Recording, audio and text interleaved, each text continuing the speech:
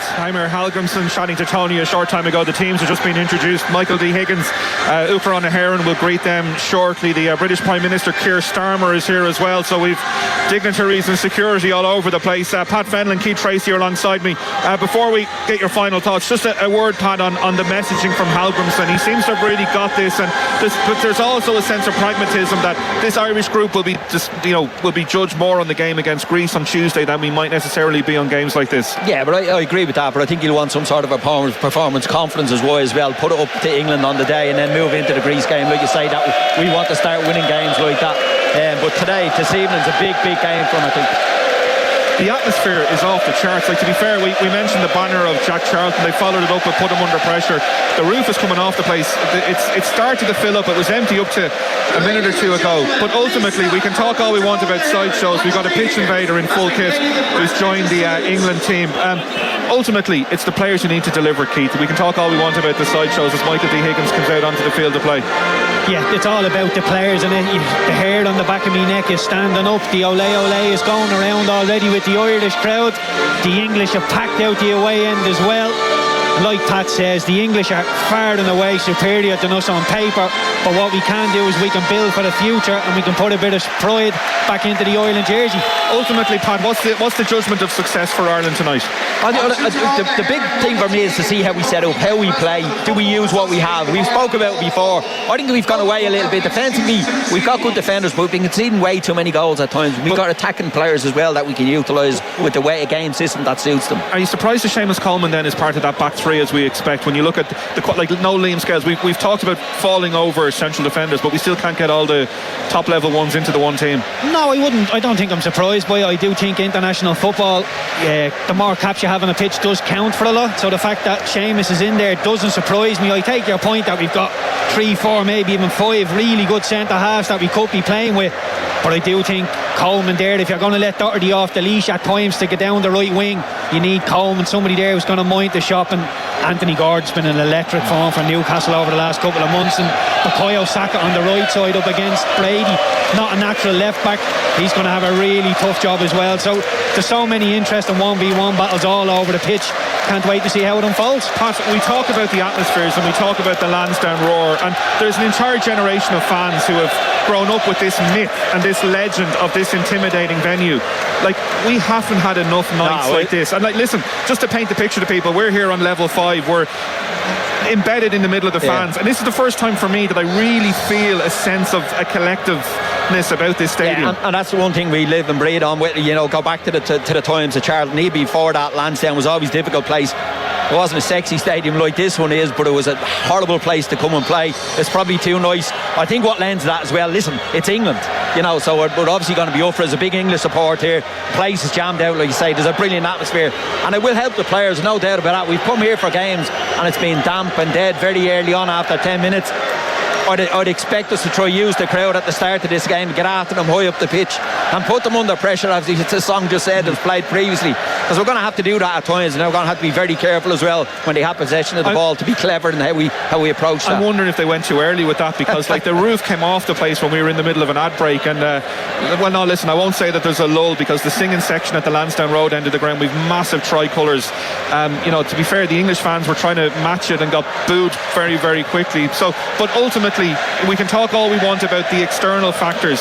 It all comes back to this thing of, do we have enough on the pitch there in terms of ability and in terms of mentality and application to make this difficult for England? Of course we do. It's 11v11, Damien. Now, if you're telling me, can we go and beat England by playing through the tours and getting people on the ball in the middle of the pitch, taking risks and playing out from the back? No, I don't think we can beat England in that way. But if we're nice and pragmatic, limit our mistakes, don't give England anything easily, I think we can put them under a bit of pressure. Maybe somebody will make a mistake and we can get something. And there's an old saying that Giovanni Trapattoni used to always say, it's 0-0 at the start of the game. Make sure that the minimum when we come back in, it's 0-0 at that. Don't go and lose it. And look, notoriously, I know the English are better than us, but we generally get draws against them. It's generally been a stalemate. So just give us a bit of pride, give us something to get behind. 7 of the 17 games have ended in a draw, a 1-1 draw. There was 3-0 the last time between the sides. We have to be pragmatic. I agree, but the gap is getting bigger. Look, back then we had the players that were capable of matching as good as what England. At this stage, we don't. For me today, I think obviously it's about our performance, how we perform, but I also think it's how the English players turn up for this. It's a Nations League game, it's in the middle of a Premier League. I'm just hoping they switched off a little bit and our lads are at it, but it's a great occasion. It is a great occasion. Anytime England come to town, wherever the sport is, it's a proper occasion. But you take the arm off anyone for 4 points between this absolutely. and Tuesday night. Listen, hopefully we're going to have this atmosphere which is going to maintain over the course of the evening. We've got Ultra on the Hair and Michael D. Higgins just leaving the field of play. He alongside Paul Cookies waving to the Lansdowne Road end of the ground. Now, to be fair, he's a man who's brought communities together in his time. He's after giving a wave to the Havelock Square end as well, where the England fans are, so he's making his way to the sideline. It is absolutely brilliant to be here, and hopefully we get an evening of entertaining football to go along the way. The fans are going to be important, Dave. You know, we're talking about the atmosphere being really good. There is going to be large periods of the game where the English are keeping the ball, so the fans are going to have to stay with this Irish crowd. Every tackle needs to be cheered like it's a goal, and we need to just keep them going and try and force some momentum into the Irish team. We'll wait and see how it all plays out. We'll have much more to come from Pat and from Keith over the course of the evening, but we're almost set and ready to go. Let's join our match commentary team this evening. Former Republic of Ireland captain Kenny Cunningham alongside Adrian Eames. Well, we're about to have the anthems and sadly some boos before God Save the King.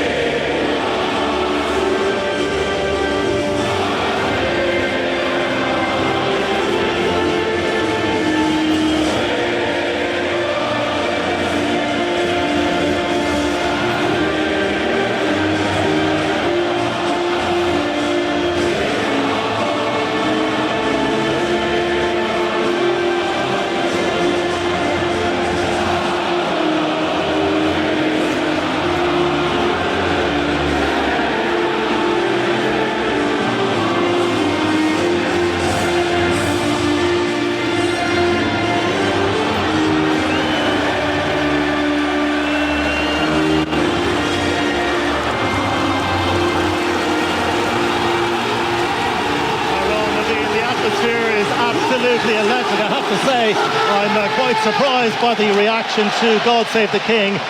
A loud cacophony of boos greeting the playing of the British national anthem as the sets of players exchange pleasantries before kick-off. 3,000 English fans have made the journey. They're packed away to our left-hand side in the Havelock Square end of the ground, and on the Lansdowne end the Irish fans have been in terrific voice, some terrific banners. Thank you for the days, with a photo of Jack Charlton emblazoned on it, and another banner saying 'twas in the year of 88, obviously referencing back to all those years ago, Euro 88 and Ray Houghton's goal in Stuttgart. The two teams getting ready.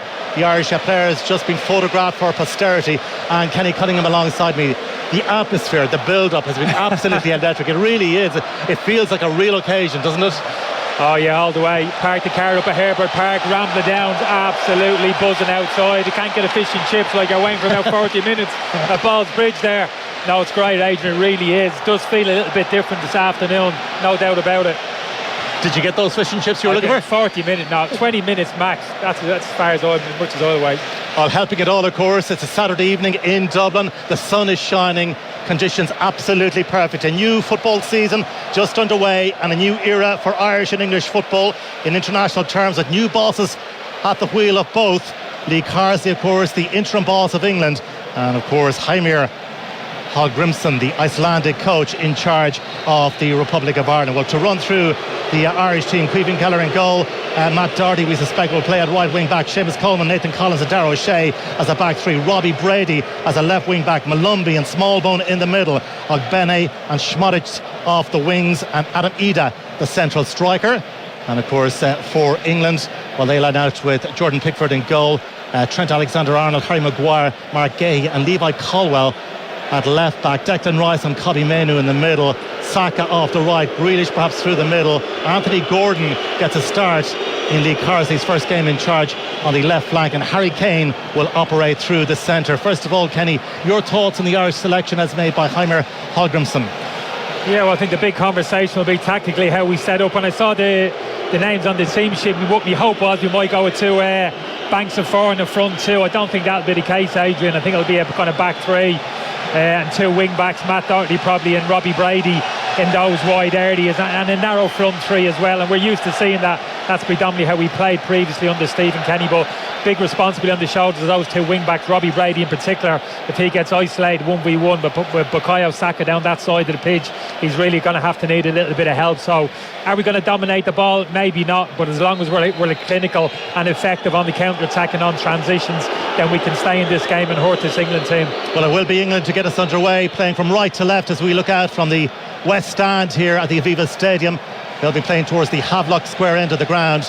Ireland in their traditional green jerseys and white shorts and green socks, and England, as you'd expect, in that old familiar outfit, the white jerseys, the blue shorts and white socks. The referee is from Spain. He's Jose Maria Sanchez. 3 years ago to this very day, he was in charge of the Republic of Ireland against Serbia in a World Cup qualifier here. That game ended in a 1-1 draw. We're underway, and straight away there's an early touch for England's Mark Gahey, who had such a tremendous tournament during the course of the summer at the Euro finals. Harry Maguire, who of course missed the finals in Germany through injury. Ireland almost pinching the ball back, and Declan Rice feeds it back, and straight away the boos ring around the Aviva Stadium, aimed in the direction of Declan Rice. He's on it once again. I'll hardly need to mention him over the course of the 90 minutes. Every time he's on it, he's likely to be jeered. So too with Jack Grealish. It's England who have possession as the ball is worked out to Levi Colwell of Chelsea. He has started all three Chelsea games so far this season, and back with Harry Maguire. Maguire, who started the opening two matches for Manchester United this season and was a sub last weekend at Old Trafford in that 3-0 drubbing at the hands of Liverpool. England already trying to dictate as the ball is fired forward in the direction of Anthony Gordon. Appeals for handball against the Newcastle winger, and the referee has sounded his whistle, and it'll be a free kick to Ireland. Every decision that goes in favour of the Republic is going to be cheered to the rafters this evening. Yeah, it's going to make sure we get that one. I was interested. Anthony Gordon just got himself into a pocket of space in behind Matt Doherty and away from Seamus Coleman. A little bit of indecision there who was going to pick him up. Thankfully for us, it hit his arm, otherwise Seamus was going to have to face a 1v1 situation against Gordon, who's very explosive. Adrian spoke about his qualities, and Saka over the other side of the pitch. We really have to be wary of that. So important. Robbie Brady and Matt Doherty pick and choose their moments to get in advance of that kind of back three. The free kick taken by the man all in blue, Caoimhín Keller, well kept in play by Matt Doherty. Ogbene digs out the cross, delivers it into the 6-yard box, and Ireland, will they have the first corner of the evening? They do. It was put behind, promising there for the Republic of Ireland. And just listen to the noise inside Lansdowne Road. Well, this place is absolutely hopping at the moment. The referee has some sorting out to do. Seamus Coleman just having a word with Jose Maria Sanchez, but Ireland have the first corner of the afternoon, and it comes in the second minute, and Robbie Brady will prepare to take. There's been a yellow card dished out. Was it Jack Grealish who picked it up? It was Jack Grealish and Jason Malumbi going head to head. It wasn't much in it. I just like the fact we went back to front early. We hit Matt Doherty, 40-yard ball up the pitch. He won the first header. Ogbene switched on to the second ball, and immediately we forced a corner. Direct football maybe, but effective. Well, let's see what Ireland can make of this set-piece opportunity so early in the match. It's Robbie Brady to take it, Ireland's right-hand side at the Lansdowne Road end of the ground. Brady to curl it in, left-footed, flat towards the near post. Decent ball in, and it's headed over the top. An early opportunity for Ireland. Well, almost a breakthrough goal so early in the match for the Republic of Ireland. The ball flashed right across the face of goal. Great delivery. What a chance, yeah. It was Harry Maguire under pressure who just flicked it to the back post area from a central position, and Jason Malumbi's coming in like a steam train, Adrian, that back post area, and nobody's picked them up. I know the ball's come quickly, but even still, I was expecting him to find the target there, and if he does, I think he scores. But a great start from Ireland. Certainly is. Jordan Pickford of England in orange sends it out to England's right towards Trent Alexander-Arnold, who's bombing down the pitch away from Schmodic, and now an opportunity perhaps for Bukayo Saka to create something for England. It all breaks down. It goes out of play on the far side. The crowd continuing to do their bit to roar the boys in green on, and every England player virtually booed every time they touched the ball, and noticeably so in the case of Jack Grealish and Declan Rice so early in the match. Heimir Hallgrimsson, the Ireland boss, sending out his stall today, his first day on the job, his first day on the line, following the departure of Stephen Kenny, what seems like an absolute age ago, perhaps because it was an absolute age ago. But Hallgrimsson appointed in July. A lot of people surprised at the appointment, so it'll be interesting to see how it all plays out. It's a new era in Irish football as Jason Malumbi runs the ball out of play on the far side, and that results in a throw-in for England. Interesting just looking at England's setup. Grealish looks as if he's a bit of a free roll, mainly as a 10, centrally operating behind Harry Kane. He'll really enjoy that position. Gordon and Saka obviously off the flanks, and Kobe Mainoo playing in more of an orthodox partnership with Declan Rice. That was to be expected, but good early pressure from Ireland, getting high up the pitch, looking to engage those English defenders as early as they can. Kenny, your thoughts on the England starting 11? A lot made of the new man coming in, that he was going to bring a freshness and youth, but it's a very strong England 11 and a very experienced England 11 he's gone with. Lee Carsley. Yeah, you're right, Adrian. It's kind of tried and tested. Had the opportunity maybe starting with Gomez in midfield, Madueke. He hasn't done that.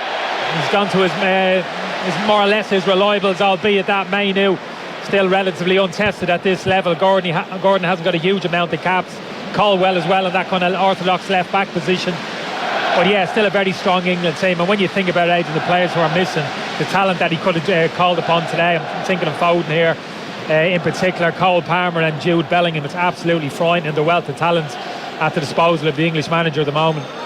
Well, Ireland get a free kick for a challenge by Anthony Gordon on Seamus Coleman. It's taken by the Irish goalkeeper, Caoimhín Kelleher, sends it long up towards the edge of the area. It'll break for Bukayo Saka, and Bukayo Saka feels the challenge coming in from Robbie Brady, and that means a free kick awarded to England. But certainly the Irish players willing to put in the challenges early on here. Yeah, just can't give away cheap free kicks like that. I know it got a roar from the crowd, Robbie barging into the back of Saka, but it got Saka out of jail. He was under pressure halfway inside his own half, with Robbie behind him. Just use a little bit more composure. Robbie staying his feet and maybe force a mistake out with Saka. If we win the ball, nick the ball off Saka there, then we're in a great position to attack the edge of the box. Giving away the cheap free kick and immediately surrenders possession to England. Ball floated forward by Harry Maguire in the direction of Anthony Gordon. Gordon faced by Seamus Coleman, and it's Gordon towards the edge of the area, and he drilled it across the penalty area. Bukayo Saka was rising. It'll be retrieved by Alexander-Arnold to send it back in. Oh, it's a great ball and a free header for Harry Kane just over the top. A chance at either end. Harry Kane there for England. Jason Malumbi a little earlier for the Republic of Ireland. Well, that was a super ball in, and not a bad header either. Yeah, spoke about Gordon earlier, getting in behind Matt Doherty and getting Seamus Coleman in 1v1 situations. That's what he did. Drove into the box, overhit the cross, but England recycled Alexander-Arnold. That's what he does best. Alexander-Arnold, right wing position, whipped it in first time into the central area, the penalty box. Spoke about Jason Malumbi maybe doing better getting his header on target. Kane should have done the same there, Adrian, couldn't he? Centre the goal 8 yards out, in between Seamus Coleman and Nathan Collins there. Should have done better, headed it over the crossbar, should have scored.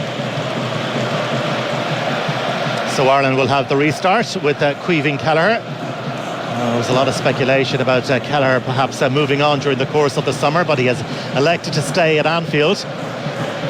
10 Premier League appearances last season, no appearances so far. He'll expect to figure, I'm sure, at some point in the season. And Kelleher from Cork sends it long in the direction of Adam Ida, got out by Mark Gahey. It'll break for Smallbone, just halfway inside the England half, far side of the pitch. The ball goes out of play, and the throw-in goes in favour of England. Glass, there's a bit of a lull in the atmosphere that was at the stadium. I was very interested out of the first time opportunity he had to play from a goal kick was noticeable. We went into a back four, and Nathan Collins stepped into a holding midfield position. Caoimhin Keller still wasn't comfortable playing out, so I don't mind that. He actually hit a 50-yard ball up the pitch. Jason Malumbi's Will Smallbone looking to pick up the second ball. That's okay, there's no point in forcing that. The lads spoke about it before the game. The simple pass isn't on, go long and let's play from there. Well, during the course of both halves here, we'll be getting the thoughts of Pat Fenlon and Keith Tracy. We'll get them in very, very shortly. Ireland coughing up a free just a few moments ago for a foul on Jack Grealish, hence the booze. Here's Harry Kane, who's on the verge of winning his 100th cap for England. It's cap 99 today for Harry Kane, so it'll surely come on Tuesday against Finland at Wembley for Harry Kane. So the narrative around that game will be all about Kane, the Centurion. Here's Grealish on it, just inside his own half. Now he's inside the Irish half and he strides forward, being tracked all the way by Jason Malumbi out to this near side to Caldwell, and now Anthony Gordon sends it back. Kobbie Mainoo for Declan Rice. And the cheers once again. Alexander Arnold in the wide right position for England, who just slow it down and work it into a central area.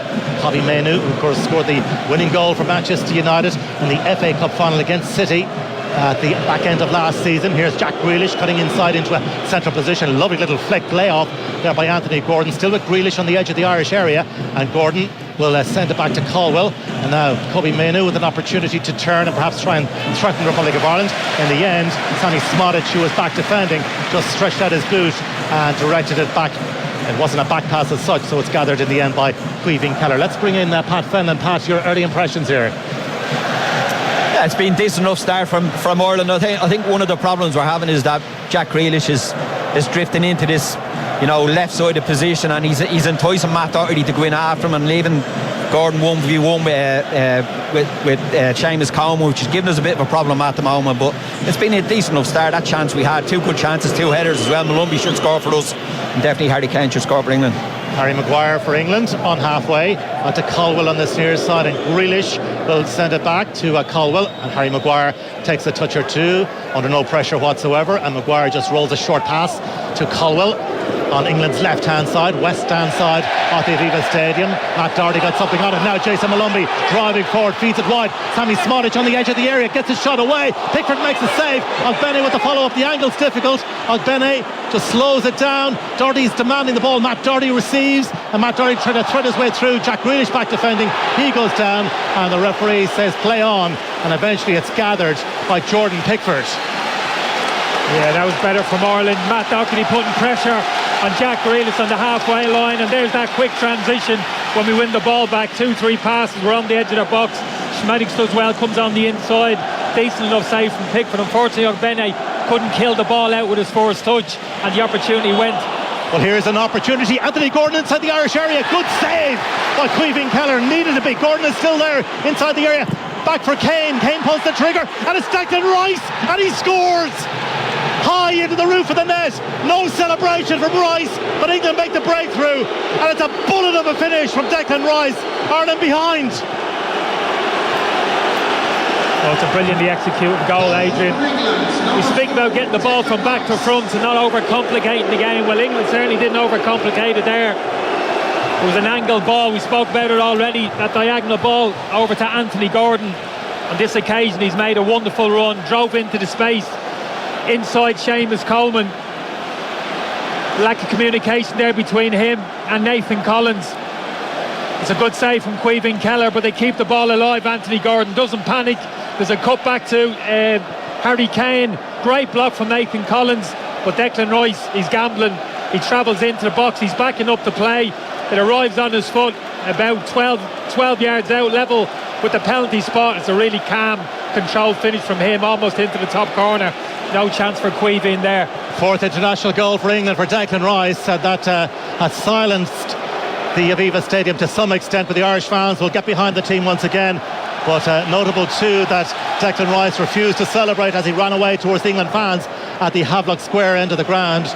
He just had the arms down saying, I'm not going to celebrate this, but obviously delighted English fans. England in front, leading by 1-0. How does this change the Irish mindset? Oh, a mistake on the edge of the area. It's picked up by Smallbone. Ireland looking for a free kick. The referee has the whistle to his mouth, and he's going to take action here against Kobbie Mainoo, and it's a yellow card. So he's the second English player to be carded in the match. Kobbie Mainoo joining Jack Grealish in the referee's notebook. Yeah, it's unlike Mainoo. Technically, he's very good. His first touch got away from him at the edge of the box. It arrived at Ogbene's feet. Then it was a panic tackle from Maina, who isn't the strongest defensively. Gives away plenty of those free kicks during the course of 90 minutes. And the referee done the right thing. There wasn't an obvious advantage. Gave the free kick in a really great position, maybe 22 yards out, just left the centre. Likes of Will Smallbone in particular. Robbie Brady might fancy this even off his left hand side, but it's more so set up for Smallbone, I'd imagine, from this position.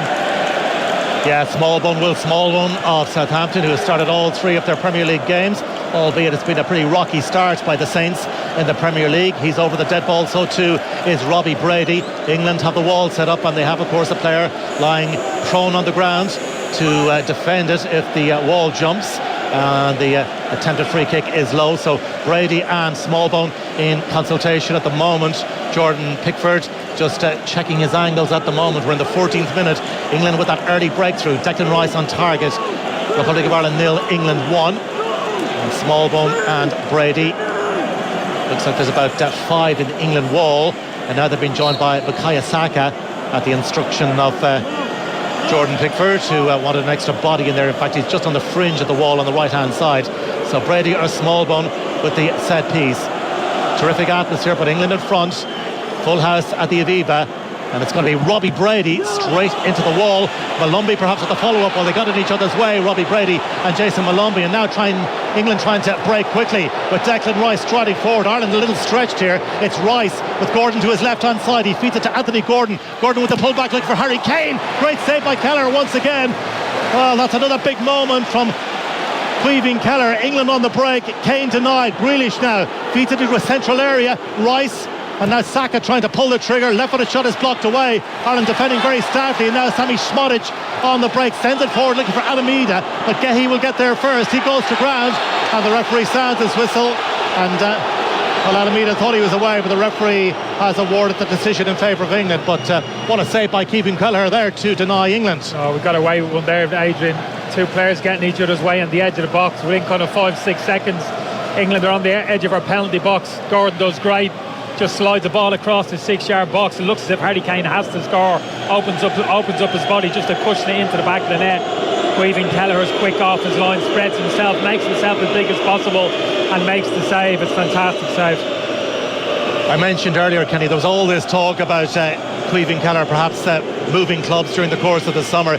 He has decided to stay at Liverpool. He's been top class so far in the match. So far, very little he could do about the goal scored by Declan Rice. But do you feel he needs to move on to, just from an Irish international perspective? I don't think so, to be honest with you. No, I think at the moment he's our number one. I don't think that changes for me, regardless of whether he's playing week in or week out. He seems to maintain a high level of consistency, whether he's playing regularly or not. So at the moment, for me, he's got the jersey and he keeps it. Mark Gehi in possession for England, who lead at the Aviva Stadium by 1-0. Harry Maguire inside the centre circle on this bright sunny evening in Dublin. England leading by 1-0. Seamus Coleman and Jack Grealish, a little coming together, which results in a foul committed by the Killybegs man on Jack Grealish. Grealish, who of course played at underage level for the Republic of Ireland, played Gaelic football with the John Mitchell's club in Warwickshire in England. A family with a very strong Irish tradition, with roots in Gort in Galway and Sneem and Kerry and in Dublin as well. But he strikes me as the type of player who perhaps thrives on the boos and jeers he gets, as England tried to work it forward, but it's cut out by Caoimhín Keller, who was very much alert and on his toes there to come and collect at the edge of his penalty area. Yeah, I think you're right, Adrian. The kind of negative boos directed towards Grealish and Declan Rice is really going to have no effect on these players, the experienced as they are. You're right, Grealish probably revels in it, so I'd much rather see the Irish fans be a bit more positive and get behind the Irish team in that respect. Here's Chidozie Ogbene on the edge of the area. Caldwell covered off that particular route. It just almost fell invitingly for the Irish player to pull the trigger, and England have regained possession once again. Fed out to Caldwell of Chelsea, just his second international for England this evening. Back with Harry Maguire. Maguire with so much experience, of course, both with Manchester United and with England. His 64th cap this evening as the ball is laid back by Kobe Mainoo to Gehi. And Gehi feeds it out to Trent Alexander-Arnold in the wide right position for England. England now dictating the tempo of the game. Rice is on it and gets the return pass. And of course the two villains of the piece combining once again, Grealish and Declan Rice. Grealish back to Rice just on halfway. And it's keep ball from England at the moment. Maguire has the option to shift it on. perhaps towards Caldwell, as Anthony Gordon just drops in deep. Rice orchestrating for England out to that wide right position again, picked up by Trent Alexander-Arnold. Alexander-Arnold, of course, started really the European Championship finals in the summer in midfield as Gareth Southgate just tried to tweak things, and eventually he fell out of the starting 11. Of course, came back to great effect, scoring the decisive penalty against Switzerland in the quarterfinals of the European Championships in the summer just gone. Here's Anthony Gordon. He'll perhaps be a little bit frustrated that he didn't score from that opportunity that ultimately led to the breakthrough for England. It was a decent save from Caoimhín Kelleher, but it was from his point of view, he might have done a whole pile better. He's looked sharp, Adrian. A lot of English supporters wanted to see him get more game time during the summer. I'd agree with that. Very explosive player and very direct, Adrian. Doesn't overcomplicate the game, take too many touches. Likes to get on the ball and get at his man in 1v1 situations and get to the byline. We've seen that already in the opening 20 minutes of the game, how effective he can be. Yeah, he only got a couple of minutes as a sub, a late sub against Slovenia, and apart from that he was on the bench for England in the finals in Germany as Caoimhín Kelleher sends it long downfield. Kobbie Mainoo of Manchester United challenges inside the centre circle. Mainoo gets a toe to it. Smallbone is just outfoxed on that occasion, and Caldwell will send it back to Harry Maguire. They're the ones who got to pick up, Adrian. It's a fight ball between Adam Eid and Guay. It pops into midfield. Got to be winning the majority of those second balls. Jason Malumbi and Will Smallbone in particular. A bit too easy there for Mainoo to get possession of the ball and win back possession for England, and immediately we're on the back foot again, getting penned in. Well, England have it once again. Lee Carsley, I'm sure, will be delighted with the way his side have started this match. They lead by 1-0. The goal scored in the 12th minute by Declan Rice. Here's Jack Grealish, about 35 metres out from the Irish goal, into a central position for Manchester United's Kobbie Mainoo. Crisp passing from England. Harry Kane trying to thread his way through. Ireland have it back now with Jason Malumbi. And Malumbi, a very tigerish player in the heart of the Irish midfield. As Chiedozie Ogbene moves it forward now to Adam Ida. Ida out to Matt Doherty. Matt Doherty, well, he was just outgunned by Trent Alexander-Arnold, who had switched across from right to left. England on the break. We'll get the thoughts of Keith Tracy very, very shortly. Here's Anthony Gordon. Gordon on the edge of the Irish area. Feeds it back to Grealish. And Grealish trying to threaten once again. That's broken up by Nathan Collins. Keith Tracy, part of our commentary team this evening. Keith, your thoughts on the match so far? Yeah, I thought we started quite well, Adrian. Malumbi had that chance that he probably could have done a little bit better with, but it came at him so quickly. You can see why his reaction weren't quite on point. But from an English point of view, the opening 15 minutes or so, they've created 3 golden chances. Kane has had a header just outside the 6-yard box. Should have done an awful lot better with. Gordon's had a one-on-one, and Kane had another opportunity. So we've given up 3 huge opportunities in open 15 minutes of this game. I think we can be quite thankful it's only 1-0. But we're competing, Adrian. We're running around. We've lots of desire, lots of passion. Just need to calm down and try and find a little bit more quality on the ball. Yep. Thoughts of Keith Tracy. Plenty of passion in evidence at the Aviva Stadium tonight. The Irish fans in great voice. Just a little lull at the moment as Anthony Gordon goes forward down England's left-hand side. Cuts inside into a central position. Harry Kane lays it off now to Jack Grealish, faced by Smallbone. And Grealish decides to turn away from goal. Mainoo is on it. And now Mark Gahey. Alexander-Arnold in the right wing position for England at the moment as Bukayo Saka sends it back to Gay, and now Alexander-Arnold of Liverpool. Irish fans now trying to just lift the team. England pressing once again, all a bit slow. Well, there's an opportunity for Kobbie Mainoo on the turn on the edge of the Irish area. Out to Alexander-Arnold, back now with Declan Rice, 35 metres out from goal in its central position, again faced by Will Smallbone. Defending for Ireland to do here, trailing by 1-0. Declan Rice on the score sheet in the 12th minute. Gahey feeds it wide now to Caldwell of Chelsea. Anthony Gordon down the line. Anthony Gordon lays it off to Jack Grealish, who was a tricky enough ball to deal with. It breaks away from the English player. Now Ireland on the counter-attack with Jason Malumbi. Right hand side, and Malumbi with an opportunity perhaps to measure up across, checks back and rolls it to Chiedozie Ogbene. Matt Doherty just behind him. Chiedozie Ogbene with Jack Grealish facing him. Well, he gives it away, and Ireland almost in trouble. Harry Kane has been fouled, and it'll be a free kick halfway inside the English half for the challenge by Smallbone on Harry Kane. Yeah, it was a shame that he won back the ball in centre midfield. Spoke about those 50-50s. He won one there and immediately played the ball over the top. Jason Malumbi driving out that central midfield position down the right hand side channel. Actually had an opportunity, Adrian, to put the ball into the box. It was a 2v2 situation in there. He didn't check back. As soon as he checked back and played the ball back, as he just felt the opportunity was lost, eventually give the ball away, and Smallbone again gives away the free kick. Well, it's a huge evening for Jaime Paul Grimson, the new Ireland manager, and equally so, of course, for Lee Carsley. Arguably the pressure more on Carsley, given that England are expected to win, and of course they'll be expected to play with a certain style and a certain approach. And that brings its own pressures. He's gone with the tried and trusted in terms of experience, and so far they haven't let him down. Might well have had a couple of more goals arguably in the match so far. And of course Ireland with an early opportunity for Jason Malomby. Lee Carsley capped 40 times by the Republic of Ireland. All the hoo-ha last night over whether or not he would sing the anthem, God Save the King. He says he never has, because of course he's immersed in football, and once the football is about to get underway, he's very much in the zone in terms of his mental approach. And he's an awful singer. He's tone deaf. Well, you can perhaps testify to that because you shared a dressing room with him. What was he like in the dressing room? What kind of player in terms of what he brought to the dressing room was he? Yeah, quite a private lad, very quiet, good sense of humour. Adrian, very popular within the dressing room, but quite a private individual, I'd say that. Never played with him at club level, only at international level, but was a real kind of team player, very popular. Would you have foresaw him going into coaching? Not necessarily, to be honest with you. I know lads who played with him at club level have said that. They weren't surprised at all. But I can't say that kind of stood out from the time that I spent with him in the international setup. No. Well, Kobbie Mainoo had possession, just his 10th international appearance. Here's Jack Grealish, perhaps in some people's eyes surprisingly omitted by Gareth Southgate for the European Championship finals during the course of the summer. Kobbie Mainoo once again back to Harry Kane, about 25 metres out from the Irish goal.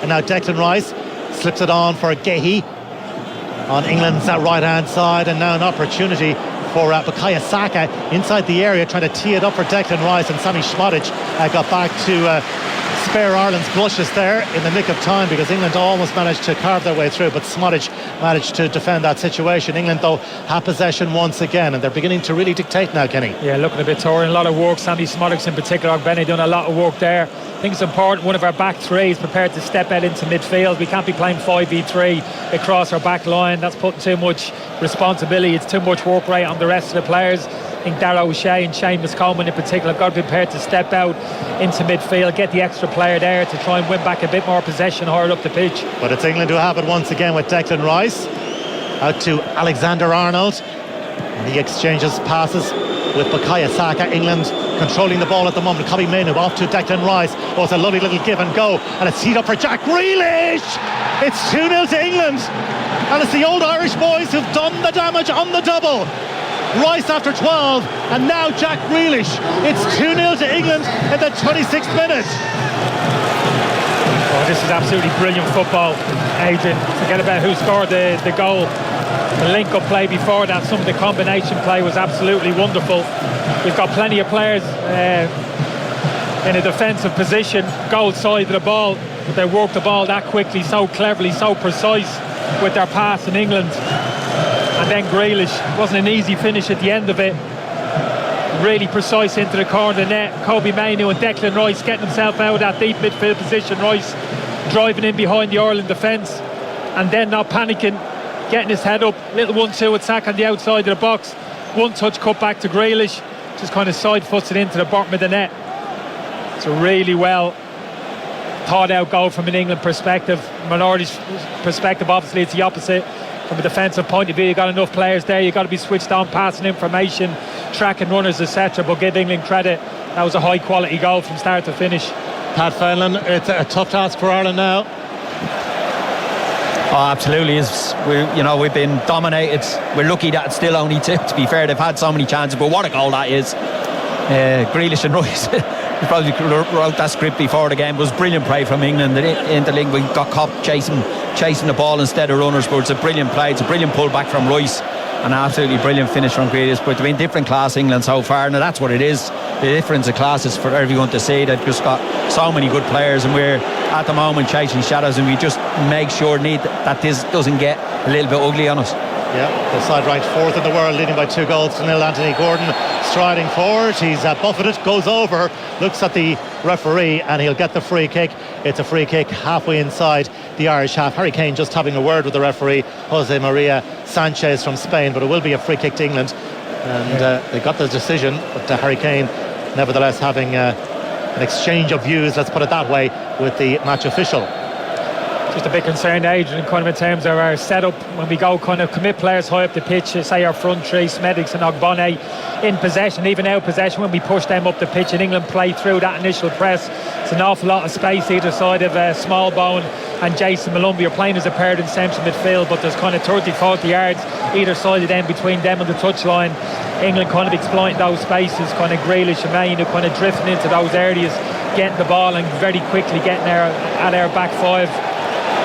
Jack Grealish under pressure here from Seamus Coleman, right in front of the English dugout. He goes over, and Seamus Coleman almost shaking hands there with Lee Carsley. He was that close to him as he shepherded Jack Grealish away from the field of play, and Grealish went over. There was a little push there from Seamus Coleman, but not a whole lot in it. England have possession once again. Play has resumed, and it's with Declan Rice out on the far side. The ball moved now by England out to Colwell on this near side of the pitch, just 21 years of age. As the ball is sent back by Matt Doherty to Caoimhín Kelleher. He just guided the ball back, cleared away as far as Gahey, and Gahey does well to step away from the challenge, and Gahey of Crystal Palace off to Harry Maguire. Maguire halfway inside the England half, off to Kobbie Mainoo, and England controlling possession. They lead on the scoreboard by 2-0. Declan Rice and Jack Grealish with the goals, and as Pat said, you couldn't have scripted it, could you, Kenny? But those two would get the goals. No, this is what I'm talking about. Those players, such quality, such experience, kind of good temperament, the kind of bit of negativity that was coming their way, Adrian, before the game has no effect on them, just kind of bounces off them. Grealish in particular, you feel as if he's kind of relishing this role, the kind of responsibility Lee Carsley's given him today. He's not being restricted to a kind of left wing position as we see in Manchester City. He's been allowed to drift across the pitch into the wide areas, into the little pockets on the inside. He's really enjoying himself, and like I saying, a lot of space in those areas of the pitch, in behind Ogbene and Smodics down that side of the pitch. England having a little bit of more than a little bit of joy, having a lot of joy in fact. Well, pressure here for Robbie Brady from Bukayo Saka. The ball breaks halfway inside the Irish half, and Will Smallbone happy just to launch it forward. It's cut out by Trent Alexander-Arnold, and now Kobbie Mainoo in possession for England. England controlling the tempo, dictating matters at the moment, leading by 2-0. Their bank of fans away to our left-hand side, really enjoying this as the ball is slid through by Alexander-Arnold, but straight through to the Irish number one, Caoimhín Kelleher. Gavin Bazunu, of course, not available. He's out injured at the moment. So Mark Travers, who's really under pressure now at club level at Bournemouth, like Caoimhín Kelleher, who hasn't figured out Liverpool. Travers struggling to get a look in at Bournemouth following the signing of Kepa Arrizabalaga. And Max O'Leary is the third Irish goalkeeper involved with the Irish setup. Ireland, of course, taking on Greece here on Tuesday night. That game will be live on Game On. But Ireland at the moment 2-0 down against England, and that second goal scored by Jack Grealish. The atmosphere, despite the concession of the goal to Declan Rice in England, was still pretty vibrant, but it's just sucked the atmosphere out of the occasion. And England nudging the ball forward down that right hand side, and now Alexander-Arnold to take on Nathan Collins. Collins sticks to his guns, and the ball goes out of play. The last touch came off the Liverpool right back, and it's a goal kick for Ireland. Yeah, it'd be interesting how the Irish management team sees this at half-time. Don't particularly think this formation's working for us today, but with the back five, Adrian, feel as if we're one short in those central and wide midfield areas. I'd like to see us maybe think about a back four at half-time, even if it's a kind of 4-3-3, getting extra man into midfield. I think probably Seamus has had his most difficult 30 minutes in Irish jersey. I've got to be honest with you, it's been a struggle for him. Nathan a little bit as well on his recovery speed. I don't think that the balance looks right in that kind of back three, so interesting to see how we see the half-time. We're 2-0 down. You know, we have to stop this avalanche of England attacks and somehow look to get back into the game. I think maybe a change of tactic might suit us. Ogbene with the cross into the area. Adamida with the header, trying to guide it goalwards. The angled header, though, goes well wide in the end. A little more encouragement there for the Republic of Ireland, but it was a pretty tame header in the end. Yeah, it was. He's done the right thing. Thought he could have played Matt Doherty in a bit early. Had Matt on his overlap, could have played him in, didn't, took the extra touch. Still a decent enough ball. Adamida's coming away from goal, Adrian, a little bit. It's never an easy header, that doesn't make great contact with the ball. So England leading by 2-0 at the Aviva Stadium. Jordan Pickford about to restart the game. Pickford, who made his debut for England back in 2017. He's the kind of goalkeeper at times, Kenny, he divides opinion. A lot of people are fans and others, he can be a little bit erratic at times and he's prone to the odd error. Yeah, not a huge fan. Adrian, I've got to be honest with you. The fact that he's been England number one for so long, probably the indication that they haven't been the strongest there in that area of the pitch. England's decent enough shot stopper, all right, but he is erratic. I don't like his emotional state. I'll be honest with you, it gets too wound up at times for me. Always playing the blame game, pointing at people. I'd like to see me keepers a bit more calm and composed. Here go England once again. Harry Kane through the middle inside the area. It breaks to Gordon, and Gordon's shot, well, that just ended up in the arms of Caoimhín Keller. The shot, the sting taken out of it. Harry Kane perhaps had a shout for a penalty. No great claims from the England bench, you'd have to say, and it stays at 2-0. Getting a little bit too easy. There is contact there from Dallarshane, not enough for me to warrant a penalty. Thought maybe Anthony Gordon should have done better when the ball came out to him, but again, just a little bit of concern. England not having to work too hard to get the ball into Kane's feet there inside the penalty box. Harry Maguire in possession for England, strokes it out to this near side, picked up by Levi Colwill, and back with Harry Maguire. Lee Carsley watches on. He won his first Ireland cap back in 1997, his debut against Romania. That was in qualifying for the World Cup finals in France, and of course he was part of the Ireland squad at the 2002 World Cup finals. Made one appearance, that was against Saudi Arabia, the 3-0 victory over Saudi. Of course we all remember Damien Duff and the bow after the goal. Here's Declan Rice out to Alexander Arnold. Ireland just watching England controlling the ball at the moment. Forward by Harry Maguire inside the centre circle. Alexander Arnold off to Mark Gahey. Mark Gahey to Harry Maguire, and he feeds it on in turn to this near side for Colwill. Here's Jack Grealish, who's been very influential so far in the match apart from the goal for England. And I asked you before the kick-off, were you surprised that Grealish was left out of the squad for the Euros during the course of the summer? No, I wasn't surprised, Adrian, because it's such a bad year in terms of injuries, game time that he missed, but I'm a huge fan of him. It's like his technical level, you know, he's so good, he protects the ball so well, which we know is kind of paramount international football. You know, he's always available, even in tight areas. If you're a player in possession, you're looking up the pitch, you never see his number. Adrian always wants the ball, even in the most tightest of areas, protects it well. Probably there is a criticism, you say his final product, not so much today. He's got himself a goal, but he can do that more. Work hard to get into the opposition penalty box and get himself more goals, because he's certainly capable. Anthony Gordon picks it up for England as he attempts to take on Matt Doherty. Ireland with a lot of defending to do. England with possession once again. Grealish for Anthony Gordon on the left wing, slips it in now for Saka, attempting the pull back. It's blocked by Nathan Collins, and Smallbone inside the penalty area manages to dig out a clearance and sends it downfield. Will be retrieved by Mark Gahey. Chidozie Ogbene might well have had his run checked by Levi Colwill, but the referee is happy to allow play continue, and England have it with Declan Rice inside the centre circle. He opened the scoring after 12 minutes, added to by Jack Grealish, who's on it for England once again.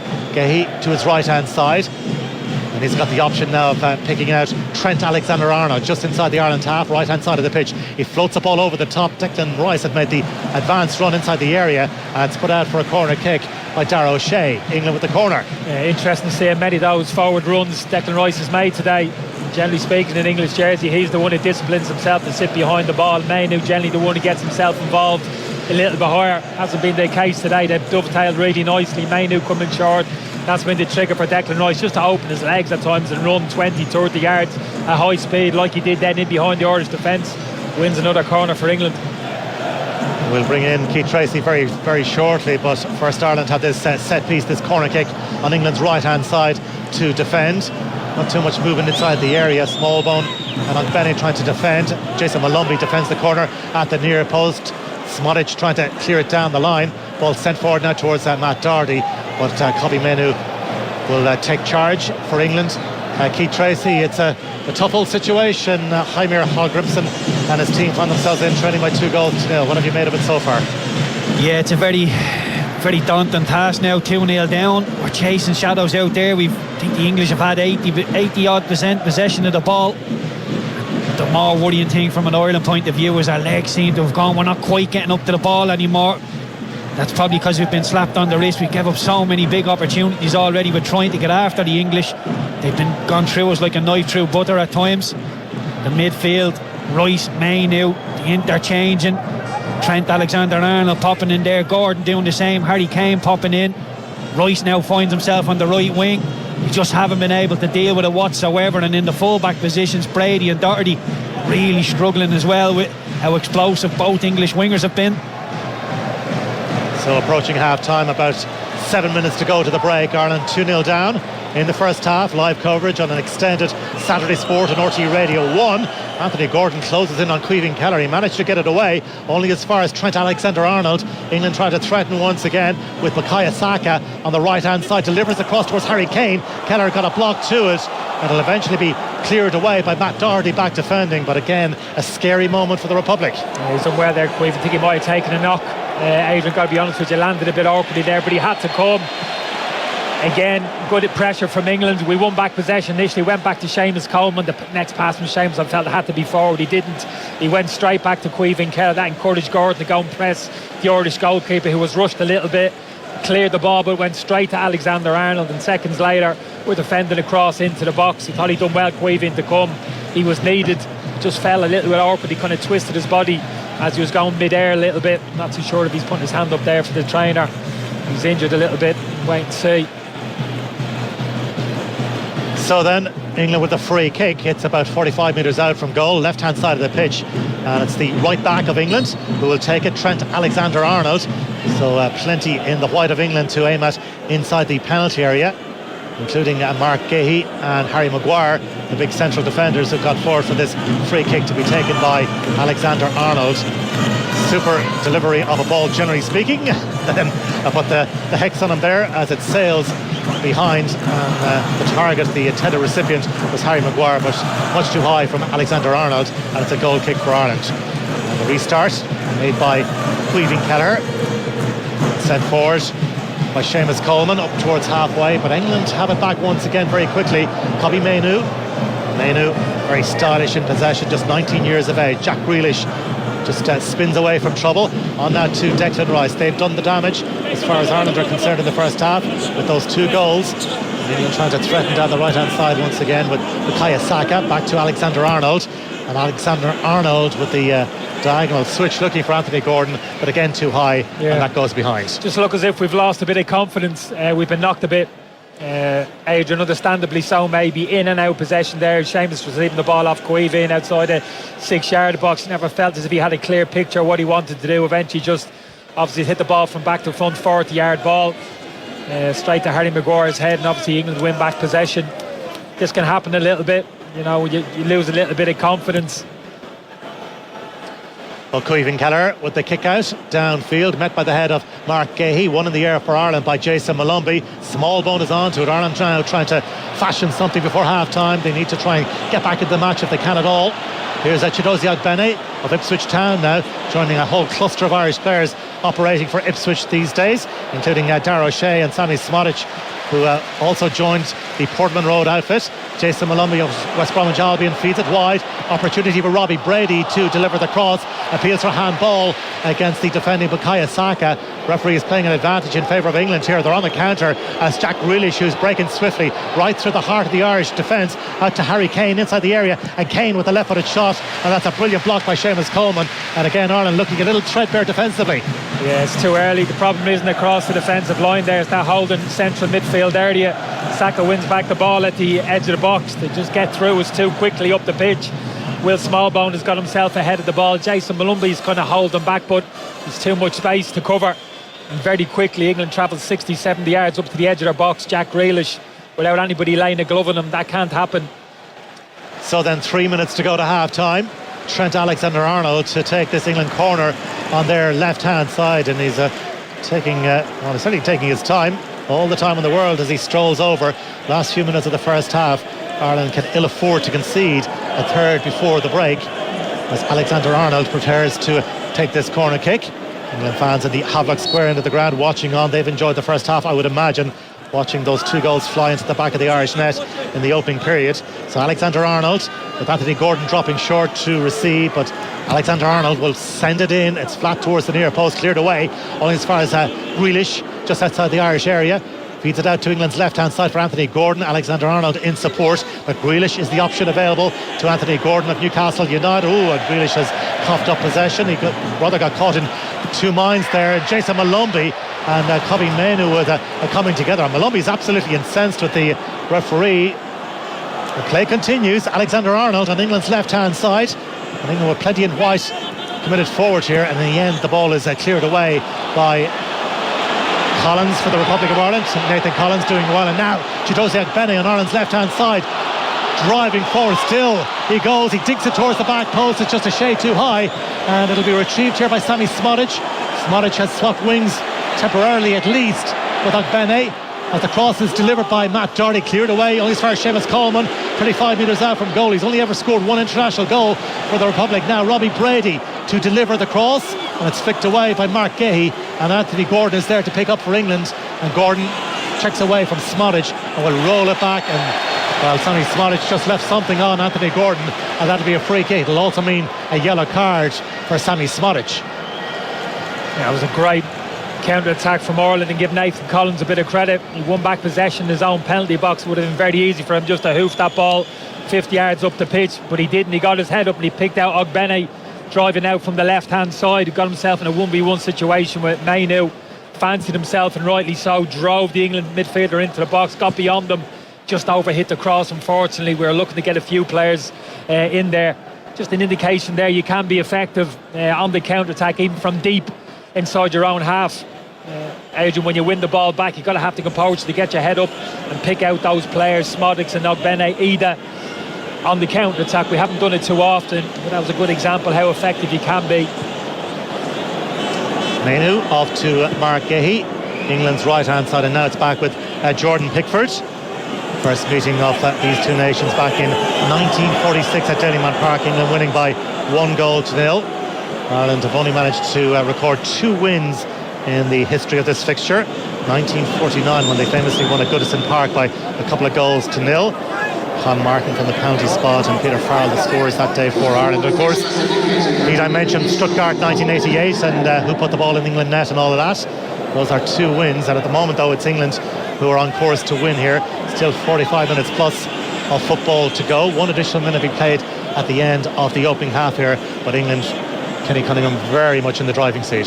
Yeah, they've busted this game after the probably opening 10 minutes of the game. We started well, kind of fed off the energy of the crowd, I thought, Adrian, but as soon as England kind of settled into the game, found a bit of rhythm to their pass, and yeah, they've really kind of dominated. And as I've said, just the confidence just kind of drained out the team a little bit as the half has gone on. It's been a tough watch really the last kind of 15-20 minutes. Like I said, I think the manager needs to change something at half time. I think he needs to get an extra body into midfield at the very least, sacrifice one of that back 5 and just kind of reinforce that central midfield area. Just give us a bit more solidity. That's where England have been getting a bit of joy either side of Smallbone and Malumbi. Gordon coming in off the flanks, Grealish kind of drifting around that area. They're getting little overloads in that central midfield area. We need to rectify that. There you go. It is half time at the Aviva Stadium. It all started in fiery fashion for the Republic of Ireland, but the Irish passion well and truly snuffed out. Goals from Declan Rice and Jack Grealish in the opening period means at half time it's Republic of Ireland 0, England 2. Our thanks to Kenny Cunningham and to Adrian Eames, Pat Fenlon, Keith Tracy alongside me. An awful lot for the Irish management team to reflect upon at half-time, and probably quite a bit that needs to be tinkered with. Yeah, the first thing I think they'll be saying is we're going to need another ball out there, because we just haven't been able to get the one that the English are playing with. They've just monopolised it. Our midfielders, Malumbi and Smallbone, they're supposed to be holding midfielders, but when England get the ball, they're springing out. One is springing out, the other is following. It's too flat at times. Doherty and Brady are having awful times in 1v1 battles, but the one thing that's really noticeable for me, Damien, is we're being counter-attacked. The second goal for England, we have a free kick on the edge of the English box.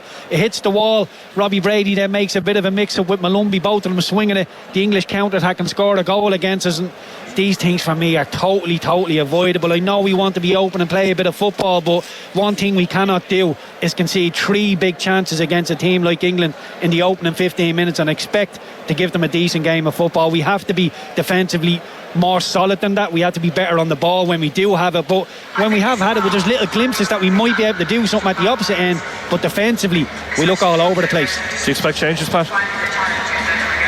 I expect changes. I'm looking at the bench, and where we're really struggling is that midfield area. I'm just wondering who comes in there. I'm trying to work it out, because the two midfielders we have in there, neither of them look like they've been designated to sitting there. It's all right having passion and running around and trying to get after people, but Jason Malumbi's got to be disciplined. You run around trying to kick people at the moment and trying to, we've got to be disciplined. The key is right. The amount of times they broke away from sort of their 18-yard box, and the first player they meet, and the last thing, Jack Grealish has travelled 60 yards of ball, the first player he meets is a centre-half. We don't have a central midfielder there, and it's happened too many times in the game. We've said this before about Ireland as well, that we're not good enough to play with one. We've talked about playing with two. We don't have any today playing against a top team. They're giving us serious problems in the wide areas, because what they're doing really well. And even Rice on the right hand side is overloading down that side. Grealish coming out to this side, overloading the pitch, leaving Gordon with Seamus Coleman all day long. And as the last thing Seamus wants to do is run, be 1v1 with Gordon. He's been different class. Grealish been different class. But they're overloading them wide areas and giving us all sorts of problems. Listen, the two wide players for England are fantastic players, but that's where you got to be disciplined. Matt Doherty, for me, hasn't done enough neither defensively. He's given up a ghost at times, not chasing back, not running back to get back into that position. It's been really, really poor from Ireland. I have to be honest, how good England have been, we've been terrible. Yeah, it's been a difficult first half to reflect upon. We will chat more to the lads in due course. Second half commentary to come. Stay with us. Saturday Sport on RTE Radio 1. Back to school, back to activity, says old Mr. Brennan. And my granddaughter does everything from swimming to gymnastics. Busy girl, says I. Do you see her often? Well, she said she can fit me in between dancing and drama next Tuesday. Well, as long as she's happy, says I. As long as Brennan's bread is on the table, says he. And as long as you chauffeur her to the next appointment, says I. Brennan's. Today's bread. Today. We love better value at Dunnes Stores. Choose from a fantastic selection of French wine and champagne, now 20% off. Try our new Meals to Go range with dishes like butter chicken and pilau rice, or Irish beef ragu and conchiglia pasta, 2 for €8.50. Plus, you can save at the till with our 5 off 25 grocery voucher. Dunnes Stores, always better value. Terms and conditions apply. Voucher can be used on next in-store grocery shop of €25 or more. Voucher excludes alcohol. Please drink sensibly. Screwfix is not only packed with power, we're also packed with unmissable deals, such as a €122 saving on the DeWalt brushless combi with 2 batteries, now $199.95, and get the Bear Milwaukee M18 brushless angle grinder for just $99.95. Shop packed with power at screwfix.ie or in over 35 stores. At Iarnród Éireann, we're working to make rail the backbone of Ireland's sustainable transport network. And that means more electricians to build and maintain our infrastructure into the future. So if you're an electrician, we're hiring for positions across the country. Join our growing team for unique training in railway and safety standards and play your part in Ireland's sustainable future. Applications close on September 15th. See irishrail.ie for details. Hey, have you heard about Circle K Extra? You get every 7th sandwich, wrap or roll for free. No way, that's amazing. Free chicken fillet rolls. Count me in. Just download the Circle K app and sign up to save with Extra. I'm on it. Are we going to Circle K for lunch? Download the Circle K app today. Sign up to Extra and start enjoying every 7th sandwich, wrap or roll free. Terms and conditions apply. Excludes Circle K Express. Bíonn sranga dó letrachas hartar de gúnaí, agus déitach se bheith contortach dal gardómh. Mar sin, cur ceistart féin. Bhfuil me clínte, go bhfuil se sábhailte? Bí a fear amach do ranga letrachas las dúas agus las díos. Má bhíonn áras cur glíoran Chian 8 náid 382 Seans go sábhaile se do bheithe. ESB Networks, bí sábhailte, fan glán a ranga letrachas. This is Saturday Sport on RTE Radio 1. You're welcome back to the Aviva Stadium. England leading the Republic of Ireland by 2-0 at half-time in their Nations League game. Peamount beaten in their UEFA Women's Champions League qualifying first round final. Peamount had taken an early lead in the 4th minute, but 2 goals in the 48th and 51st minute for Osijek of Croatia has seen them victorious. Much more to come from the Aviva shortly, but it's time for us to go back to Donnybrook. RTÉ News read for us now 3 minutes to 6. Good evening to Sharon Gagan. Good evening. The Taoiseach Simon Harris and the British Prime Minister Keir Starmer have agreed to hold a series of annual summits from March 2025 to strengthen cooperation and relations between Ireland and the United Kingdom. The two leaders announced the summits following a meeting at Farmley House in Dublin this afternoon, where they also met Irish business leaders. Our political reporter Sandra Hurley. Today's meeting was all about translating the warmth of the renewed relationship between the UK and Ireland into a practical working one. British Prime Minister Keir Starmer spoke of the real intention of both leaders to reset the relationship, while Taoiseach Simon Harris said his government wanted to place British-Irish relations on a new path. They have announced a formal annual summit between the two countries and work to cooperate on a range of areas, including climate and education. The two leaders also discussed Ukraine and Gaza and the replacement by the new British government of the controversial Legacy Act.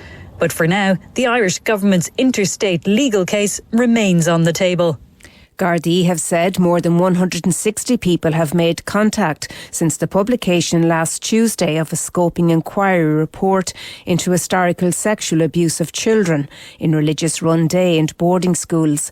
They again appealed to anyone who wishes to make a report to contact them. The Vatican has reiterated its commitment to ensuring that abuse is never tolerated and that child safeguarding procedures and guidelines are fully enforced. Fergal O'Brien reports. In an update today, it was revealed that over 160 people have so far made reports of criminal acts. The reports have predominantly been made directly to the Sexual Crime Management Unit at the Garda National Protective Services Bureau, by email and by telephone, but also by the Child Sexual Abuse Reporting phone line and in person at individual Garda stations. An Garda Síochána said it is now in the process, and has been so over the last 72 hours, of making direct contact with each of the individuals. The process, they said, is very sensitive. It comes as the Holy See said it joins the Catholic Education Partnership in Ireland and the Irish Catholic Bishops' Conference in acknowledging the importance of the report, as well as the harm done to victims and their families. Officials in Kenya have said the death toll following a fire at a boarding school yesterday has risen from 17 to 21. An investigation is underway into the cause of the blaze in a dormitory where at least 156 children aged between 9 and 13 were sleeping. Up to 50 pupils are still unaccounted for. Italian media are reporting that a search operation has been launched for a missing Irishman on the island of Sardinia. It's understood the 39-year-old had been hiking with his brothers and has not been seen since yesterday afternoon. The Department of Foreign Affairs said that it was aware of the case and was providing consular assistance. Animal welfare groups staged a protest in Dublin this afternoon against the introduction of legislation banning XL bully dogs on a phased basis from the 1st of October. Under the first phase of the new rules, it will be illegal to breed, sell, rehome or import such dogs. From next February, owning an XL bully dog without a certificate of exemption will be banned. And that's all from the newsroom for now.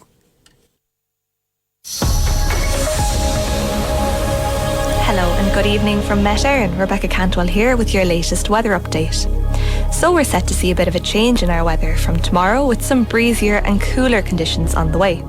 But first, it'll continue bright and dry this evening for most, although cloudier conditions will continue to affect some Midland and southern counties. As we move into the night, most areas will remain dry under broken cloud. However, a little showery rain may arrive into some west and northwest areas. We're in for another mild and humid night with lows of 12 to 15 degrees. Sunday then will be a cooler, cloudier and breezier day than we've experienced over the last few days, with a few light showers possible mainly across the west and northwest. Highs of 14 to 19 degrees tomorrow in fresh and gusty northwest winds. And then looking ahead to next week, temperatures look to fall back to the low to mid-teens with a mix of showers and some sunny spells on the way. Now that's the forecast. Have a lovely evening. Saturday Sport on RTE Radio 1.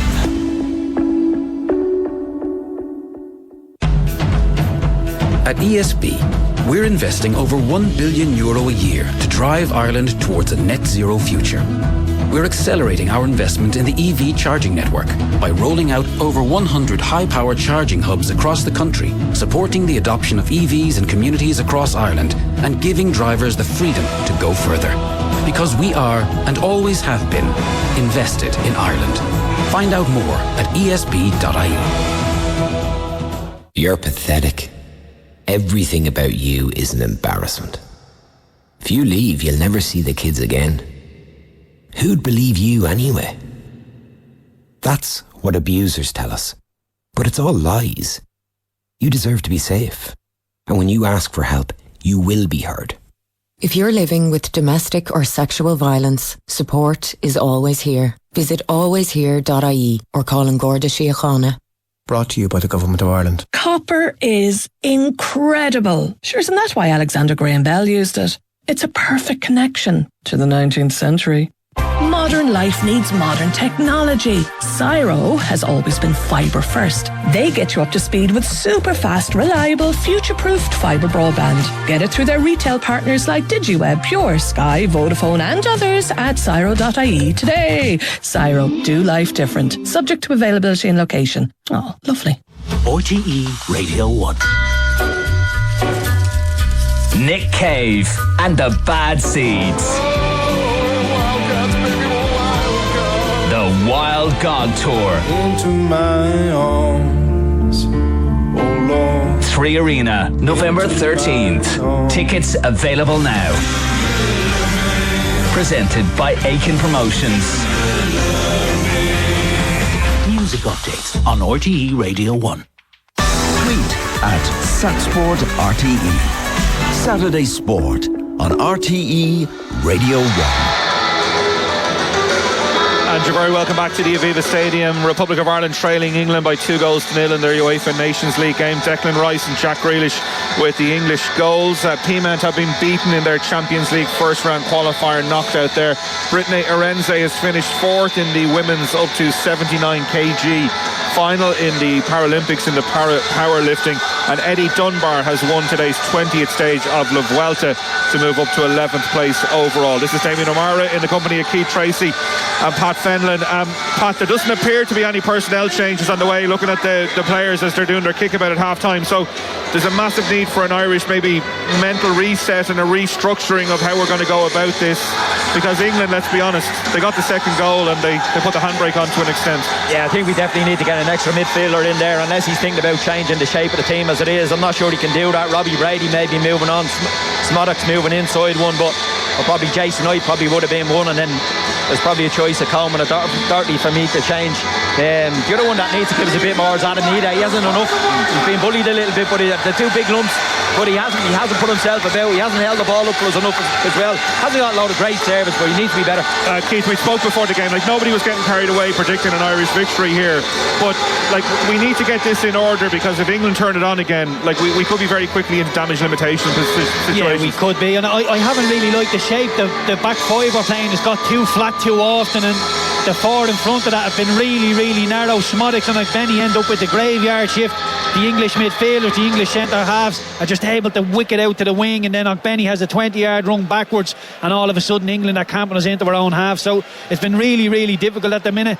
Nobody expected us to go and win this, but I did expect us to compete a little bit more. And again, the worrying thing is the English haven't got out of second gear yet. Okay, we have the two teams back ready to go. Will Smallbone set to get the game underway. Second half commentary comes from Kenny and Adrian. Cheers, Damien. And it will be Smallbone as Ireland play towards the Havelock Square end of the ground in the second half. A lot of the Irish supporters still out around the thoroughfare getting their drinks and burgers, and maybe some of them queuing for 40 minutes.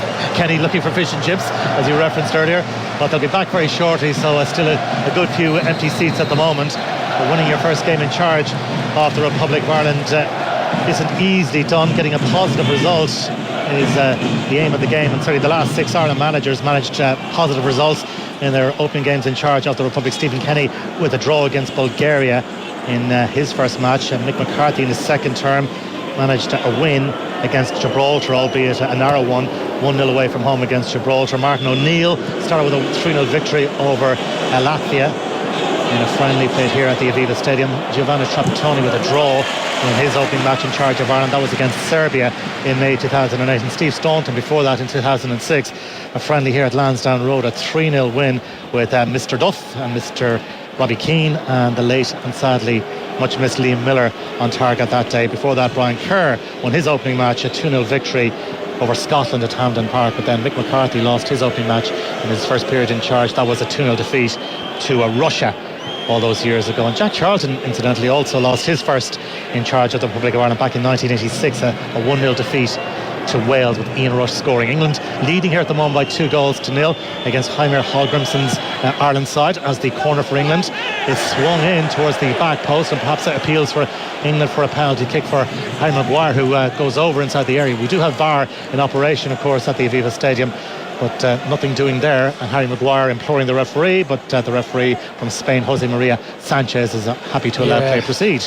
Ben's got to be very careful there. He's 1-to-1 with Harry Maguire, turns his back to the ball, he's got his arms around Maguire. Don't get me wrong, he's clever, Maguire. He gets hold of it, Bonnie, that almost drags him to the floor, but some referees could get kidded by that. So has to be careful there, Benny. Maybe take a step away from Maguire, not get into such physical contact with him. Well, so far so good for Lee Carsley as England interim manager, leading by 2-0. And of course he'd be very much under scrutiny.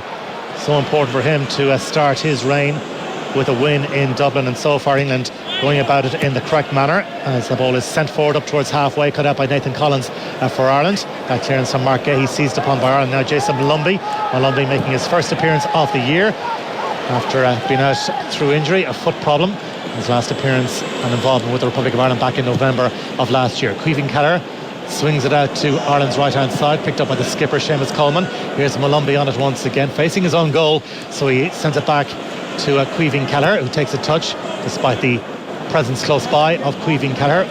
Sent forward towards Chidozie Ogbene and picked up by Anthony Gordon for England, and just ballooned downfield by Harry Maguire, who scored for England the last time these two nations met back at Wembley in November of 2020, when England ran out pretty easy winners by 3-0 in those COVID days.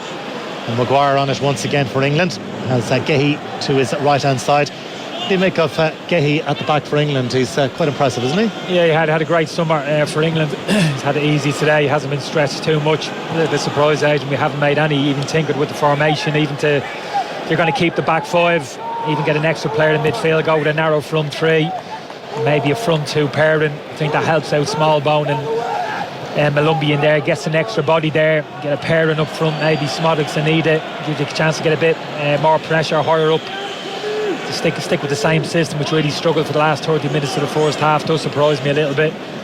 England haven't changed anything, unsurprisingly. Played so well for the majority of that first half. Amazing really the contrast age in terms of atmosphere. Now you could hear the pin drop, couldn't you, the opening 5 minutes of the second half as opposed to the first. Yeah, England on it once again, playing the game almost at a leisurely pace at times, but it all breaks down. Harry Kane was involved, but it's Sammy Smodic who comes away with it for Ireland. Now Robbie Brady near the end line, or the touch line, just on halfway. He strokes the ball forward and England have possession back once again. And you mentioned the atmosphere really has changed markedly, and those two first half goals really just let the air out of the balloon. Here's Alexander Arnold into Kobbie Mainoo on England's halfway line. On the halfway line, I should say, back to Jack Grealish, and now Alexander Arnold to Declan Rice. And Rice with a short pass, he gets the return of Kobbie Mainoo, and England just dictating. The Irish fans, one or two shouts of "Come on Ireland," because it's been quite pedestrian from England at times. They're just almost stationary in a static pose, and eventually they inject some crisp passing into their forward approach now. Here's Bukayo Saka of Arsenal, scored on the opening day of the season in the Gunners' 2-0 win over Wolverhampton Wanderers. So he's off the mark in the Premier League. Smallbone commits the challenge, and it's an illegal one. That results in a free kick in favour of England. The challenge going in on Liverpool's Trent Alexander-Arnold. Yeah, Smallbone was the one. Frustrated again. Trent coming into that kind of hybrid midfield position, just dropping the shoulder there, getting small bone off balance and winning the free kick. England pretty much picking up where they left off at the end of the first half, certainly so far. So they have this free kick about 45 metres out from goal, maybe less. It's in a right of centre position. So Alexander-Arnold will hang it up towards the back post, aimed at Harry Maguire, gets his head to it, back across the face of goal. Jason Malumbi got something on it to clear it away, and Benny unable to retain possession for Ireland. Fed back out the field by Anthony Gordon, and England start to probe and build once again on the fringe of the centre circle with Alexander-Arnold. Rolls it out to this near side, west stand side of the Aviva Stadium, towards Declan Rice, but Ireland have it back now with Darragh O'Shea, and now Robbie Brady has to look up and just aims it downfield, but it's very it's rather aimless, and England have possession back all too easily. Adrian, no targets. He's looking to pit a bit of sorry for him there. People saying he's giving the ball straight back, but he needs one of that front three to work hard to get across the pitch and offer himself up for that ball down the side. It was a tough one for Robbie there, didn't have too many options. Here go England once again with Declan Rice leading the charge, and he feeds it out towards Anthony Gordon on the edge of the area. Grealish on the overlap, his attempt across is blocked away initially by Matt Doherty, but England have it once again. Grealish sends it back out, and now it's with Kobbie Mainoo.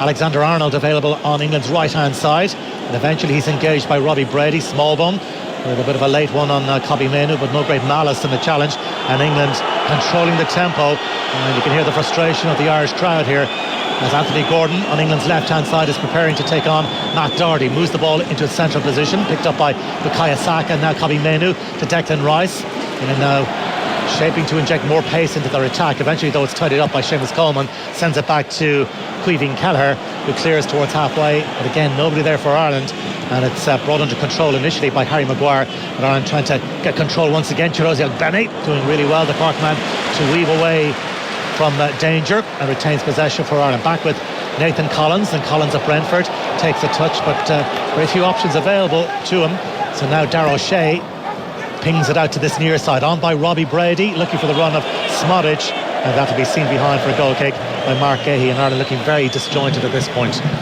Yeah, looking very leggy, heads are down, very despondent. That'll be the biggest problem at the moment. I do think they need a bit of help from the sideline in terms of a tweak, even more than a tweak in terms of the formation. You can see here again, Ireland the front three, England playing out. Smodic and Ogbene getting themselves high up the pitch, England just playing behind them. Well, great ball by Alexander-Arnold to pick out Bukayo Saka. England threatening once again down the right hand side. It's Saka to take on Darragh O'Shea, and still Saka delivers the cross, but cut out by Robbie Brady. Corner to England. Yeah, just make the point, Adrian, there Smedics is pressing high to the edge of the 18-yard box for England, so there's space in behind them, so the Irish left wing back has to get up the pitch. Robbie Brady has to leave his man Bukayo Saka, get 20 yards higher up the pitch, engage the English fullback Trent Alexander-Arnold. Darragh O'Shea has to slide across into an orthodox left back position, otherwise the back five's get pinned, and Smodic has just ended up running 30-40 yards back down the pitch trying to get back in contact with Trent Alexander-Arnold. He can't do it. 9th minute of the second half, England with a corner kick to be taken by Bukayo Saka on their right hand side. Lansdowne Road, end of the ground at the Aviva Stadium. He gives the signal, and Saka delivers. So it's a poor one towards the near post. Adam Ida got something on it. It still might work out for England. Ogbene trying to carry it clear for Ireland, faced by Declan Rice. Threads it forward Ogbene, but England have it back despite appeals for handball. The referee eventually sounds his whistle because there's an Irish player down inside the penalty area, Seamus Coleman, and the referee Jose Maria Sanchez has sounded his whistle, which gives us an opportunity perhaps to call in Keith Tracy. Keith. Yeah, Adrian, I don't think an awful lot has changed. The English have just picked up where they left off at the end of the first half. Robbie Brady again, just getting that little bit too eager. He wants to get close to Saka. Once he makes that move towards him, he just makes the opposite movement in behind him. And Trent Alexander-Arnold has the wonderful range of passing to be able to pick him out. And the longer this goes, the more you think the Irish are getting leggy. They're running around chasing shadows, and when we do win it back, we've absolutely no options. It's attack v defence at times. We're winning it back and just giving it back to the English. It's just wave after wave of attacking. I think a lot of talk has been, where is this Irish team? I think our eyes are open. There's levels to this game. We're levels and levels behind this English team. Yeah, Pat, whilst we have this break in play, Pat Fenlon.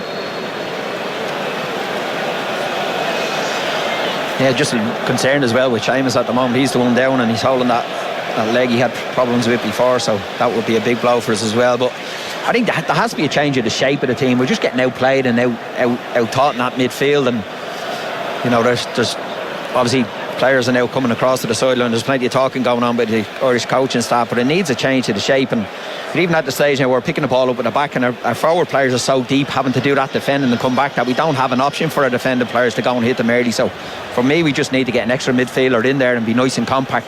They're playing through us too easy at the moment. They're playing around us, and you know, it's Knight is probably the one that go in there, gives a little bit of energy. He looks like maybe him and Ferguson, maybe the two that are going to come on, but that might be a rethink if Seamus is in trouble. Yeah, certainly a couple of changes on the way, it would appear, for the Republic of Ireland. And Seamus Coleman just back in action, of course, with Everton last weekend. He started the game against Bournemouth. It looks like Jake O'Brien will be on and Jason Knight very shortly, but that's a real concern for obviously Seamus Coleman on a personal level, and indeed for Everton Football Club. Didn't seem to be a whole lot in it, but he's limping away, Kenny.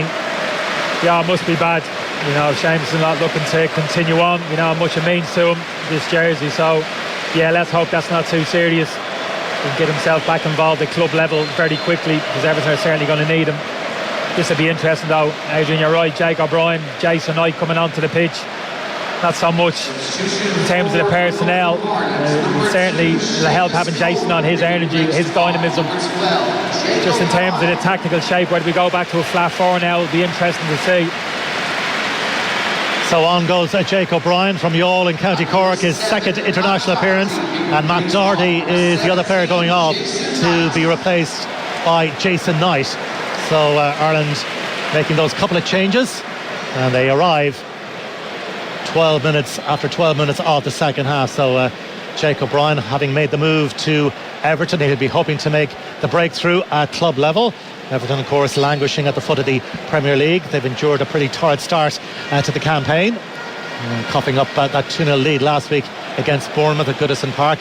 But sad to see Seamus Coleman heading off. Hopefully he's back to full fitness very, very soon. This looks better to me. I think we're keeping the back five intact. Ogbene's is going to go to right wing back position. Look at Jason Knight. He's coming into more of a narrow midfield three. He's going to help out Smallbone and Jason Malumbi by the looks of it. That's what we're crying out for. And Smodix and Adamida are going to go into an orthodox front two. I think Smodix will enjoy that, getting into closer proximity to Adamida. Ball sent forward in the direction of Adamida was Nathan Collins, who sent it forward. And Nathan Collins has taken over the captaincy in the absence now of Seamus Coleman. He's wearing the armband. Ireland have possession once again. The crowd just trying to rouse themselves and the team as it's sent forward to Robbie Brady. Back now with Darragh O'Shea, and O'Shea with a big switch. Oh, it's a terrific ball for Chidozie Ogbene, Ireland's right hand side. Ogbene now to threaten here, faced by Colwell. The pull back to Smodic. Oh, just wide. Ball that can't have been wide by very, very much. Sammy Smodic met it so sweetly. It was a great ball in by Chidozie Ogbene, and now the crowd has come to life. Oh yeah, far better. Great switch of play from Darragh O'Shea. Didn't see that for the whole of the first half. That's one of his qualities. 40-yard diagonal. Ogbene, high position in that right wing back. He played so often there for Luton. He was very comfortable there. Took on Colwell. It was a great little cut back, similar to where Greeley scored from, actually, to Smodic, who just checked his run. Actually tried to bend it inside the near post. Just couldn't quite execute it, but far better from Ireland. Well, that's got the place going once again. Certainly the Irish fans, the English supporters away to our left-hand side, they've been enjoying the Dublin sunshine this evening. They've witnessed 2 goals for their team. England perhaps will now try to press on. The other game, by the way, in this group. This is Group 2 in League B. Surprising, of course, that England are even now operating, having been relegated from League A. The other group game tonight sees Greece taking on Finland. That game in Piraeus kicks off at 7:45. Greece, of course, the visitors to the Aviva Stadium on Tuesday for Heimir Hallgrimsson's second game in charge of the Republic of Ireland. The manager making the point in various previews that the Greece game was the higher priority. He expected a tough day against England, and that's exactly what Ireland have received from Lee Carsley's outfit, leading by 2-0. Alexander Arnold with Ball from the outside of the right boot, trying to just steer it on around the corner. Ogbene back defending, just drills it downfield high into the air. A lot of height on it, met by the head of Harry Maguire. Now Jack Grealish, far side of the pitch, sends it back to Kobbie Mainoo. The ball eventually goes out of play, and the decision goes in favour of the Republic of Ireland. It's a throw in just shy of halfway. We've hit the hour mark at the Aviva Stadium. England leading by 2-0 in this Nations League game. Sent on by Darragh O'Shea, first time to pick out Robbie Brady, Ireland's left-hand side.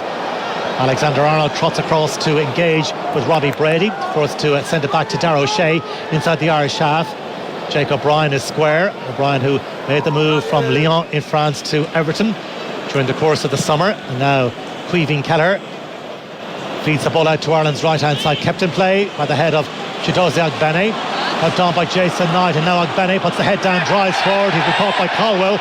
Well, the referee says no, play on, and England try to win it back, or Ireland in fact have won it back, and now Smodic inside the area. The ball broke in his favour, and Malumbi onto it from the edge of the area, and he drills a shot high over the crossbar. The second chance in the game for Jason Malumbi, one in either half, and this time he was well off target.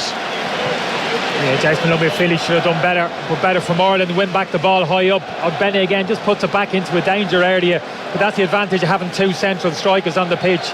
Adam Meada and Smedics inside the box. They arrived at the feet of Smedics, couldn't get his shot off back to goal. He knew that, got his head up and just fed the ball to Jason Malumbi. He was heading, driving forward from that central midfield area, doing exactly the right thing.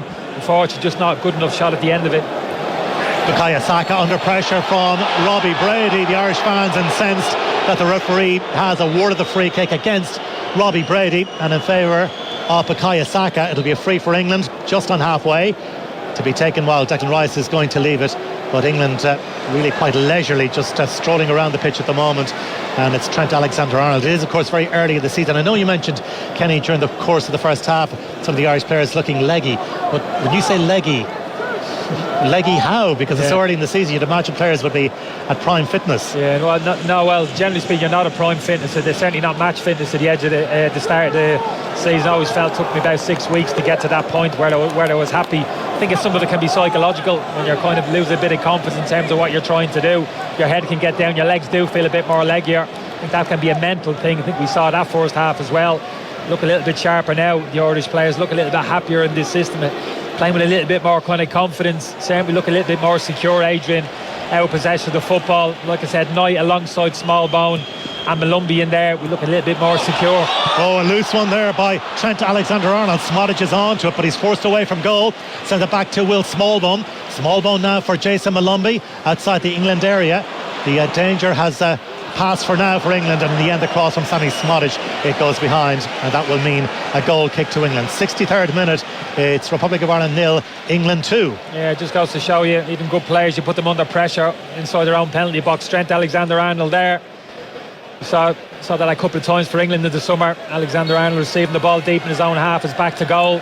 Not as impressive as when he's receiving the ball in an orthodox full-back position and facing up the pitch. Gave it away to us there. There was an opportunity. Smedics unfortunately just overhit the cross into the box.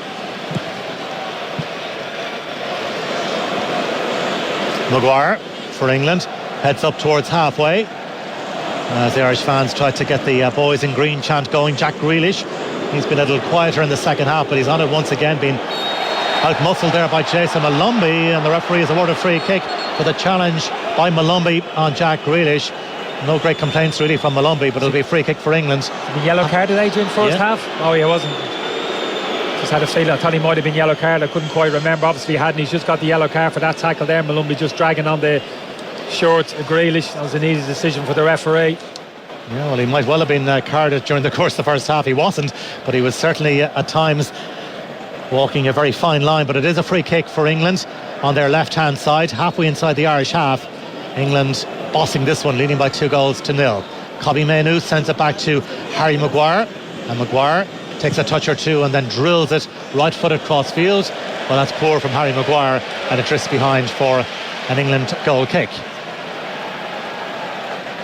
Or rather for an Irish goal kick, I should say, to be taken by Caoimhín Kelleher. So England leading by a couple of goals to nil. Obviously in England there'll be a great focus on Lee Carsley. Kenny, what do you think the general footballing public will make of the England performance so far? Still, of course, as you say, early in the season, it's about getting the job done, but what would their takeaways be? Yeah, absolutely. I think you impressed people initially with the squad selection, having the confidence to kind of promote some of those kind of younger players we worked with under 21 level some years ago, like some Morgan Gibbs-White, Maduke, players like that. Haven't seen him from the start today, but I think he's always had that attitude, Lee, in terms of rewarding youth and having confidence in younger players. Angel Gomez, I think he'll get a start Tuesday night as well, and certainly first half performance he will have been very pleased with. So I think that's it. Performance levels matters, because certainly England supporters weren't happy with those performance levels from the team during the summer. It just wasn't good enough with the quality of player they have at their disposal, particularly in midfield and forward areas of the pitch I'm talking about there. So the challenge for Lee, even though in a short period of time over the next week or so, will be just tapping into that, getting to the right balance for the team, which best complements those players, and getting the very best out of those players that we've spoken about, the likes of Grealish, who's kind of performed well today, and Cole Palmer in particular, when he comes back in for selection, Foden, Bellingham, etc., just kind of blending them into the right tactical formation. That'll be his challenge, and really getting more out of these players from an attacking point of view that Southgate was able to. Well, Jack Grealish has been penalised as a free kick for Ireland on the far side, about 20 metres inside the English half. Robbie Brady will bend this one in, left-footed, and it's a decent ball in, but nobody attacking it for Ireland, and the ball loops just over the crossbar. In fact, the final touch was to come off an Irish player. It looked like Mark Gay had got something on it, but it goes behind, and it will be. In fact, there was some pushing going on inside the area, and that means it'll be a relieving free kick for England and for Jordan Pickford of Everton. 2-0 it remains. We're in the 67th minute at the Aviva Stadium. We'll get the views of Pat and Keith very shortly as Pickford prepares to take the restart, and he goes short to Gehi, who pings it up towards Declan Rice just inside his own half, but he's been outmanoeuvred there by Will Smallbone. And now Malumbi driving forward down Ireland's left hand side, met though by the challenge of Trent Alexander-Arnold, and now England have possession once again with Gehi. Gehi forward now to Jack Grealish, and Grealish gets turned and drives up towards halfway. And Grealish out towards Bukayo Saka on this near side. He had his heels clipped by Robbie Brady, and there'll be a yellow card resulting for Brady. Oh, I feel sorry for Robbie there. It's not easy, Adrian, easy to be critical of Robbie there, taking down Saka, but it's a brilliant wing play from Saka, just kind of dropping his shoulder, putting his body weight in his left side, then opening his body up and taking it on his right foot. Totally gets Robbie off balance, has to take him out. So difficult in those situations. Saka predominantly left foot, wants to go on his inside, Adrian, but very comfortable driving on your outside as well. Has that burst of pace over 5-10 yards, high technical ability. So difficult to deal with in 1v1 situations. The view of Pat Fenlon to come just after this free kick for England, which will be taken by Trent Alexander-Arnold. It's about 5 metres in from the sideline, halfway inside the Irish half, on this near side of the pitch, West Stand at the Aviva Stadium. And he floats it in, and that should be an easy take for Caoimhín Kelleher, and that's precisely what it is. It remains 2-0. Pat Fenlon. Yeah, shape has been much better since the change. I think that extra man in the middle has helped us. Modric's got closer as well at the top end of the pitch. I think what's helped us as well, just cop up possession. Oh, and here's an opportunity perhaps for Bukayo Saka on the edge of the area. Jacob Bryan gave it away. Well, the shot in the end from And so it's caused a problem in the first half with Grealish. With Beignet gone wide now with Gordon. And Nathan Collins is comfortable enough to go and half threaten Grealish at the time, because he's not concerned about the pace in behind, because Beignet should be able to match it. That was caused us a big problem in the first half. We've seen they got the grips a little bit better in the second half. That's Pat Fenlon. There's been a yellow card issued to Will Smallbone, I suspect, by the referee. And that particular English move ending with a save made by the Irish goalkeeper Caoimhín Kelleher from Anthony Gordon. Problem we had there, Adrian, we're looking to play out from the back. One of our centre-halves is going into a holding midfield position. Jacob Bryan in this occasion, he actually played it into his feet, facing his own goal. Didn't look overly comfortable and got the ball pinched off him by Declan Rice. Just got to be so careful in those situations. Ball sent back to Pickford, who drills it out to this near side, but he was asking way too much of Trent Alexander-Arnold, and the ball goes out of play despite the best attempts of the Liverpool right back. It'll be a throw in for Ireland, halfway inside the English half, to be taken by Robbie Brady. Brady just looking for options to become available. Brady now 32 years of age, playing with Preston North End these days. And Brady, under pressure from Declan Rice, manages to prod it back in the direction of Darragh O'Shea, but Harry Kane was there. The referee again has spotted an indiscretion, so it'll be a free kick for the Republic of Ireland. Or had the ball just gone out of play? Difficult to see from our vantage point. There's another push going on there. So it'll be a free kick for the Republic of Ireland, and it's about a metre in from the sideline and about 20 metres inside the English half. And the referee making sure the free kick is taken from the correct position, lest the Irish players might try to steal a metre or two. Meanwhile, Jaime Hallgrimsson and John O'Shea and Paddy McCarthy deep in conversation. Potentially more changes on the way. Smallbone floats it in towards the edge of the area, and the knockdown will break here for Chidozie Ogbene on the edge of the area. And now it's there for Ireland. Adam Ida rolls it back for Ogbene, just scoops the ball into the area. Jacob Bryan with a bit of a wild pull, but it didn't quite work out, and now it's England on the counter-attack. Anthony Gordon breaking forward down England's left-hand side. Jason Knight is there, and well covered off by Jason Knight. He did superbly well to get the measure of Anthony Gordon. There's been a bit of a frustrating night for Anthony Gordon, you'd have to say. And now it's with Nathan Collins to Darragh O'Shea, just inside his own penalty area, out to Ireland's left-hand side. And Robbie Brady. And Brady has a look up and sweeps it cross field now for Chidozie Ogbene. Lots of space here now for the Ipswich Town winger to drive into. Off he goes with the Cork man driving forward. Colwell eventually comes out to meet him, and the attempt across from Chidozie Ogbene is blocked down, but Ireland still have possession. Jacob Bryan just strokes it out to Nathan Collins. On now for Ogbene, Ireland's right-hand side. Colwell defending here for England. Ogbene checks inside, tries to slip the ball through, and Kobe Menu is there to tidy up for England. And now England will try and break quickly. Ball laid off to Anthony Gordon, and I just wonder at what point will the English interim boss Lee Carsley think about making changes. You'd have to imagine with another game to come on Tuesday, he might make a few as this game wears on. We're in the 27th minute of the second half. England leading by 2-0 on this Saturday Sport special, in terms of that being extended until 7 o'clock this evening. Bukayo Saka on it for England. Here's Harry Kane. Harry Kane has got such a terrific goal scoring record for England. 66 international goals prior to today. He's had a couple of sniffs at goal during the course of the first half, not so much in the second half. Saka being pushed away from goal. Gehi back to Bukayo Saka as Ireland put the squeeze on England. The ball sent down the line now for Alexander Arnold, moves the ball into a central area, cut out by Jason Malumbi. A bit sloppy from England, and Ireland have possession back now with Darragh O'Shea. Left footed clearance, well read though by Gehi, who stepped out in front of Adam Ida, and Ida is just limping now, and that'll be of concern to the Irish management, I would imagine. Adam Ida just gingerly trying to run something off at the moment. It's Harry Maguire in possession for England, just inside his own half.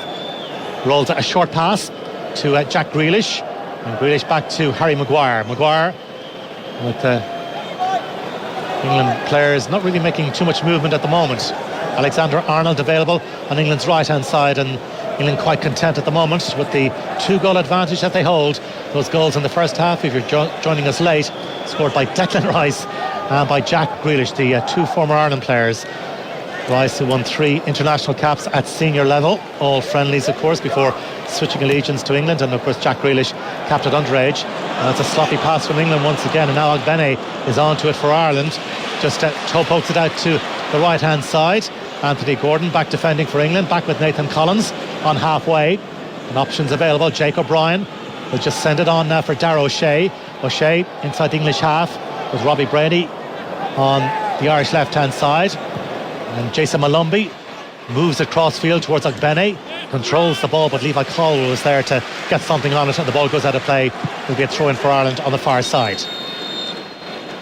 Substitution for Republic of Ireland, number 8, Will Smallbone. So Will Smallbone is going off, and Alan Brown is coming on, and there's going to be an international debut for Casey McAteer of Leicester City, and Adam Ida is going off. So a big moment in the career of Casey McAteer, who's on for his international debut, Kenny.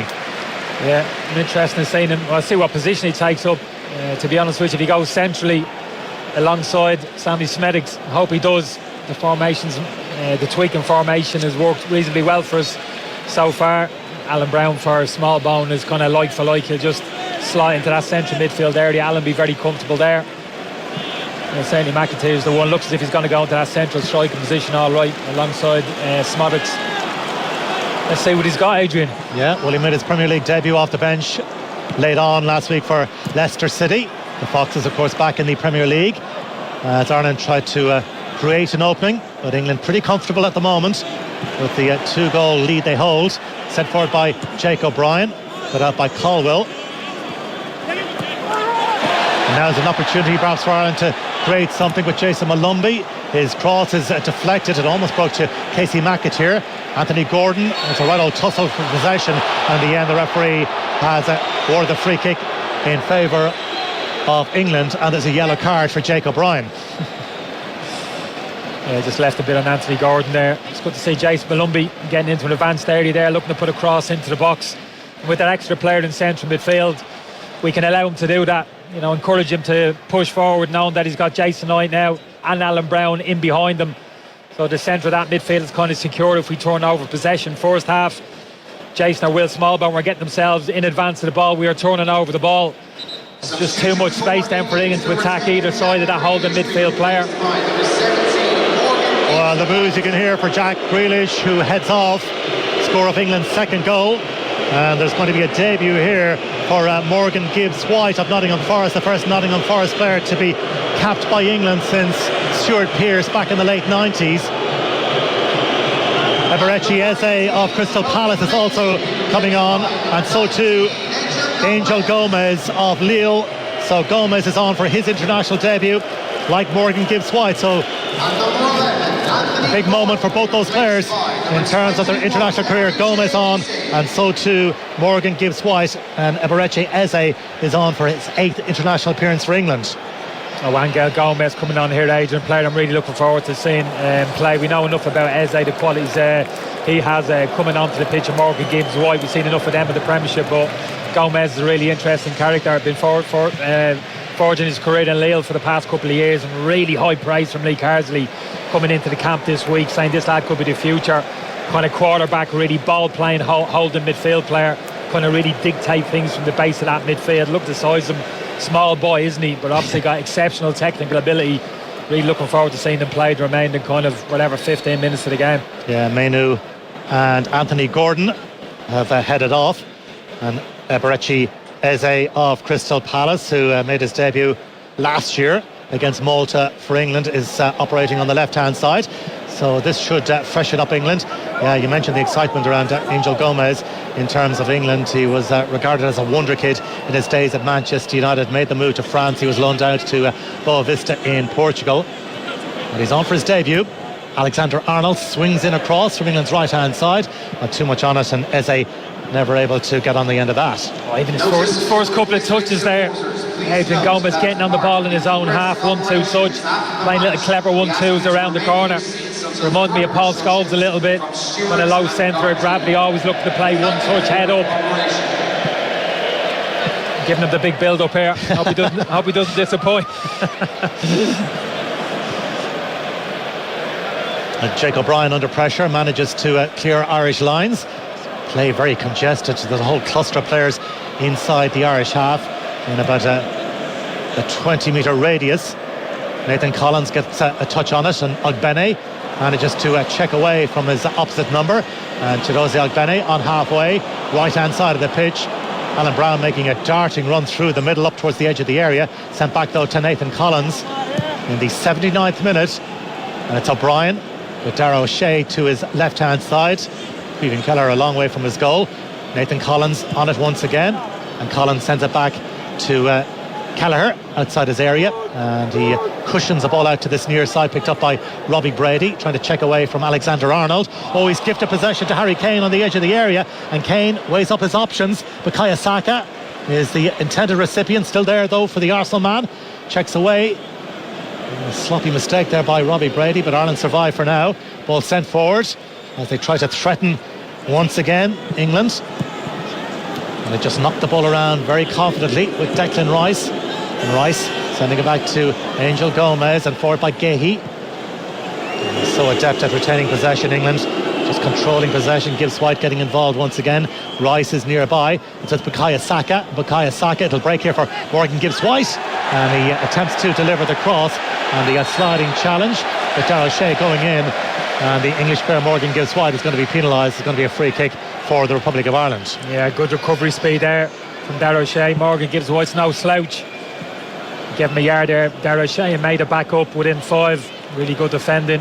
One of his assets there, that recovery speed. Don't have to worry about him necessarily in 1v1 situations with the ball in behind.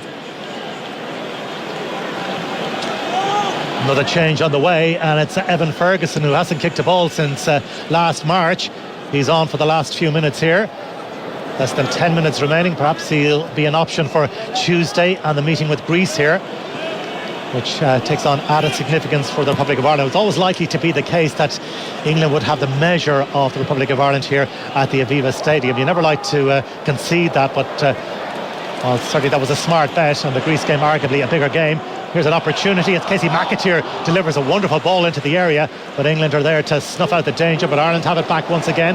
Darragh O'Shea forced to send it all the way back though to Caoimhín Kelleher. We get the impressions very shortly of Keith Tracy, and Ireland have it with Nathan Collins, far side of the pitch, just on halfway. Harry Kane just dropping inside his own half. Ball sent forward down Ireland's right hand side. Can Ireland at least get on the score sheet and perhaps fashion a consolation goal? And maybe, who knows, after that the ball goes out of play on the far side and it'll be a throw-in to be taken. Well, initially it would look like Chidozie Ogbene would take the throw-in. So Robbie Brady heads off, and Evan Ferguson is back. So the man from Bettystown in County Meath, he's had to bide his time in terms of football. That injury towards the back end of last season, but he's back and he'll get some game time here and some, well, precious few minutes, you'd have to say. Yeah, good to see him back. I think he needs it. He needs the game time. He hasn't got it at club level, so the minutes he gains this evening and certainly next Tuesday, you'd expect him to start against Greece, are going to be very important for him. I'm not exactly sure how things are going to change tactically now. He's taking off a left wing back in Robbie Brady and bringing on a centre forward, so need to make a few adjustments. Alan Brown's going over, I think, to ask John O'Shea and exactly maybe is being asked of him now from a tactical point of view, but it'd be nice to finish the game with a goal. Still 10 minutes to go. We can't give it up. We can get a goal in the next few minutes. Certainly all to play for then. England might become a little bit more edgy. So Evan Ferguson on for the Republic of Ireland. Alan Brown, as you say, came across to this near side. Meanwhile, an invader darted down the pitch all the way from the Lansdowne Road end of the ground. A young fella, I would imagine, all the way up towards the Everton goalkeeper, Jordan Pickford. Eventually was met by security. So a long throw in on Ireland's right hand side. Nathan Collins trying to flick it on. It breaks about 35 metres out from goal. Brown sends it back now to Malumbi. Ireland's right hand side being tracked all the way. Malumbi carries the ball forward. England trying to put pressure on, and now it's Harry Kane to lift the siege, if siege is the right word, and Harry Kane has been fouled, and it'll be a free kick to England just about 15 metres or so away from the halfway line. Yeah, hasn't bowled me over, Kane, today. I've got to be honest, performance-wise, had a pretty miserable time during the summer for England. A lot of calls for him to be taken out of the team at the expense of Ollie Watkins, who done ever so well coming off the bench. Don't think he's a guaranteed start now in this England team. I really don't. In general play, he goes missing. We know the quality that he has inside the box, the quality of his finishing, his goal to games ratio, but I think increasingly he's going to come under pressure from Watkins and even Dominic Solanke if he starts the season well at Tottenham for that starting position as England's number 9. John Stone's coming on for England, so too Jared Bowen of West Ham United. Keith Tracy, your thoughts at this point of the match? Yeah, we've done okay, Adrian, in the second half. I think the couple of tweaks in formation has probably helped us a little bit more, but I think if I'm being totally honest, the English have probably took their foot off our throats. They've come down a couple of levels. They're just managing the game, making a whole host of substitutions that don't really weaken them at all. Just goes to show you the wealth of experience they have. Harry Kane coming off now, Jared Bowen coming on, brilliant season, just been made West Ham captain. It's hard to see where Ireland go from here. As we said, we've competed a little bit better. We've only had 25% of the ball, and we've huffed and puffed. Looked like we could possibly make something happen in the English final third, but defensively, as I say, just haven't been able to cope with the English whatsoever.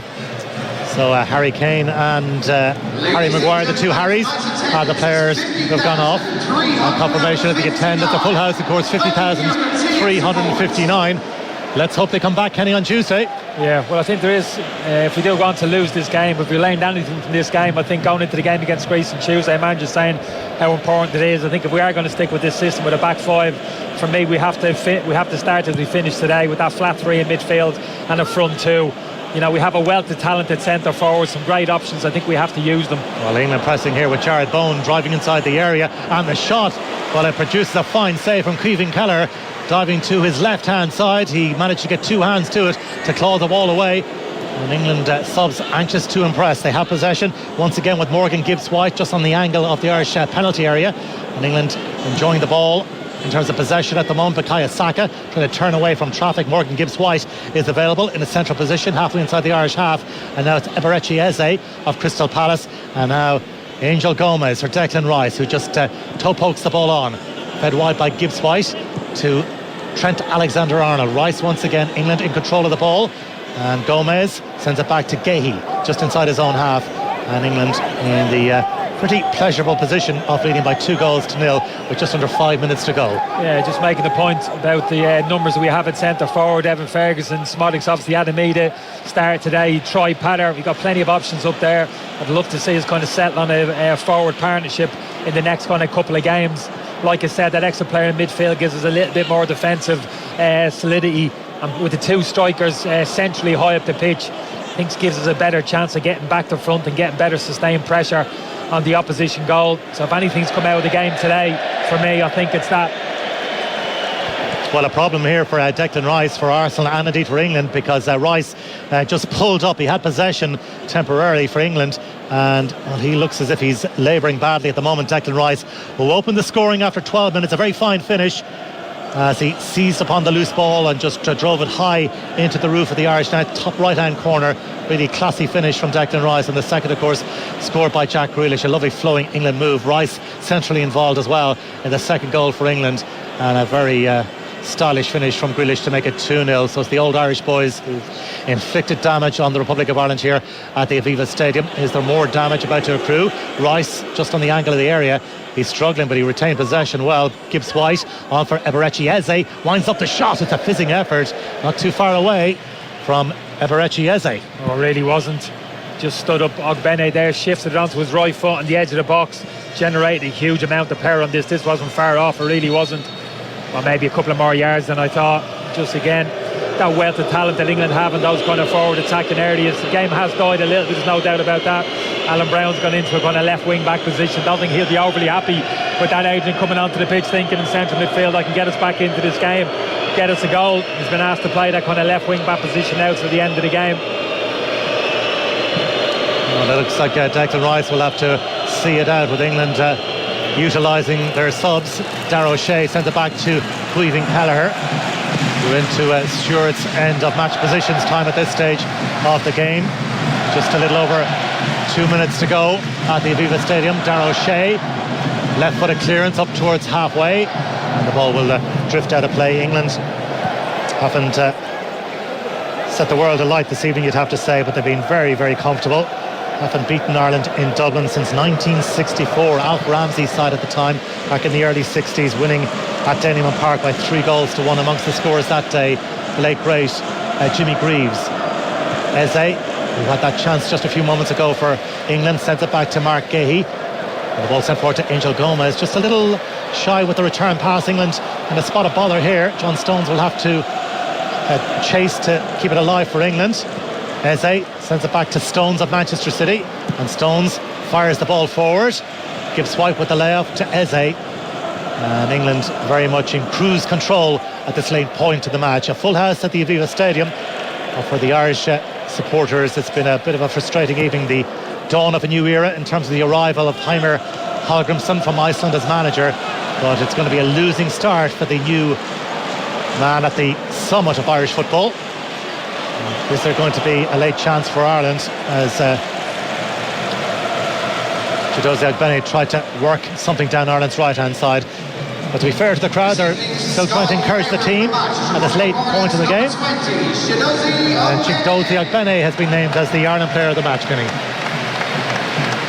Yeah, not an easy decision, to be honest with you, for the sponsors. I can understand that probably the impact he's made in the second half probably has got him to shout. He looks very comfortable over there, and if we are going to play this system, strong argument for me that he's got to start there. He's very impressive there for Sunderland, and not an out-and-out defender, don't get me wrong. I'm not saying he's kind of rock solid defensively, but certainly in possession he gets himself high and wide early, and in 1v1 situations not afraid to take on his man and get into the space and behind and get delivery into the box. That's important. Alan Brown sent it on to Casey McAteer, the debutant for Ireland, attempted to deliver the cross. It just took a ricochet on Mark Gahey, and Gahey has possession once again, and he just rolls it down the line for Alexander Arnold, who pings it forward. But again, it's another misplaced pass from Alexander Arnold. Can Ireland capitalise here? Sent on by Nathan Collins for the Ireland player of the match. That's Chidozie Ogbene on the angle of the area, lifts the ball towards the back post. Casey McAteer goes to ground, looking for the decision to go in his favour, not to be goal kick results. Yeah, would have loved to have seen Ogbene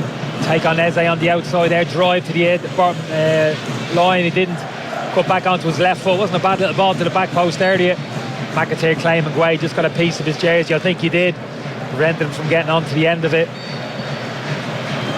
5 additional minutes being played at the end of the 90 minutes. What will Heimir Hallgrimsson take away from this going into Tuesday? Yeah, I'm sure they'll try and be positive after the game, but you know, we've all watched the game here.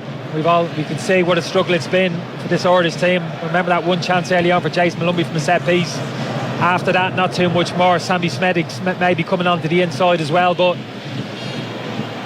need to get into the opposition last third of the pitch a little bit more, Adrian. We need to be able to find a way to get more sustained pressure on the opposition team, whether it's England or whoever it is. More crosses into box, more final third entries. Start working the opposition keeper, certainly a lot more. Well, Declan Rice with a terrific ball to pick out Eberechi Eze. The ball just ran away from him. He has managed to get it under control. Here's Morgan Gibbs-White, 35 metres out from goal. Jared Bowen, and Bowen feeds it wide now for Trent Alexander-Arnold. Alexander-Arnold has Bukayo Saka nearby. Saka faced by Alan Brown. Declan Rice with the return pass. Bukayo Saka weaving his way inside the area. It might run for Jared Bowen. In the end, it's cleared, swept away by Caoimhín Kelleher, the Irish goalkeeper, up towards halfway. But England have possession back once again with Caldwell of Chelsea. Very strong, imposing left back of Chelsea and England. Of course, no Luke Shaw available, and Kieran Trippier has retired from international football for England, so Caldwell will be hoping to become a staple part of Lee Carsley's plans in terms of the left back berth. Yeah, he's very flexible. He can operate at centre half as well. You know, easy, comfortable sliding into a back three or an orthodox kind of back four, as is the way in the modern game with these defenders. Here's Saka, England's right hand side, just outside the area. Jared Bowen, well, the shot driven towards the near post. Did Caoimhín Kelleher get something on it? Well, Ireland somehow managed to survive in stoppage time at the end of 90 minutes. In the 3rd minute of additional time, Jared Bowen going very close for England. Yeah, great save again, Caoimhín Kelleher. Saka doing brilliantly well. Spoke about him being able to go both ways. Drives and Alan Brown on his not so strongest right foot. Still has the ability to fizz that ball into the near post there. It was good contact from Bowen at the near post. He was only at 6 yards out. Really good save from Caoimhín, not the first one. Here's Gibbs-White. Oh, that's a lovely ball to release Bukayo Saka. Ireland very exposed here. Saka inside the area. That's another excellent save. And Eze with the follow-up couldn't apply the necessary finish. I'd argue Caoimhín Kelleher might be a little bit miffed. He's not walking away with the man of the match award. Probably if the sponsors had to wait another couple of minutes, they may have made a different choice. He's made some big saves, Caoimhín, during this game. We're forgetting about those saves in the first half, point-blank saves from Harry Kane and Anthony Gordon. He's made a couple now the last couple of minutes as well, saving us a goal from Jared Bowen and now Bukayo Saka. Excellent save by Caoimhín Kelleher, his 15th international appearance for Ireland, and he was at full stretch there to keep it out. Injury time at the end of 90 minutes. England are about to get their UEFA Nations League B campaign in this particular group 2, off to a winning start. Those goals in the first half scored by Declan Rice and Jack Grealish, inflicting this defeat on Ireland. Nathan Collins has to be very careful. Oh, he's coughed up on possession on the edge of the area to Eberechi Eze, who tries to work his way through, and the referee has sounded his whistle. It's going to be a free kick, and Ireland's blush is spared there. So we're in the 5th and final minute of additional time. Kenny, your final summation? Well, it's been disappointing. I've got to be honest, I can't get away from it. I just think it's so important moving forward that we decide upon a kind of a system of play that we're going to stick with, best complements the players that we can bed down over the next couple of weeks and months. Will make us competitive in this Nations League qualifying campaign. I don't think I saw it in the first half. I saw a system which the players didn't look overly comfortable in. We couldn't get enough pressure high up the pitch. Didn't create enough chances, and we looked very open defensively. It's been a little bit, it has been better second half. There's no doubt about that. But we need to find a system quickly, so the players have confidence in it, work on it, and bed it down, and hopefully improve performances quickly as we move forward. And there it is all over at the Aviva Stadium. England have travelled to Dublin and they have won. They have taken the points on offer in Group 2. They've beaten Ireland by 2-0. Declan Rice and Jack Grealish with the goals. Full time, Republic of Ireland 0, England 2.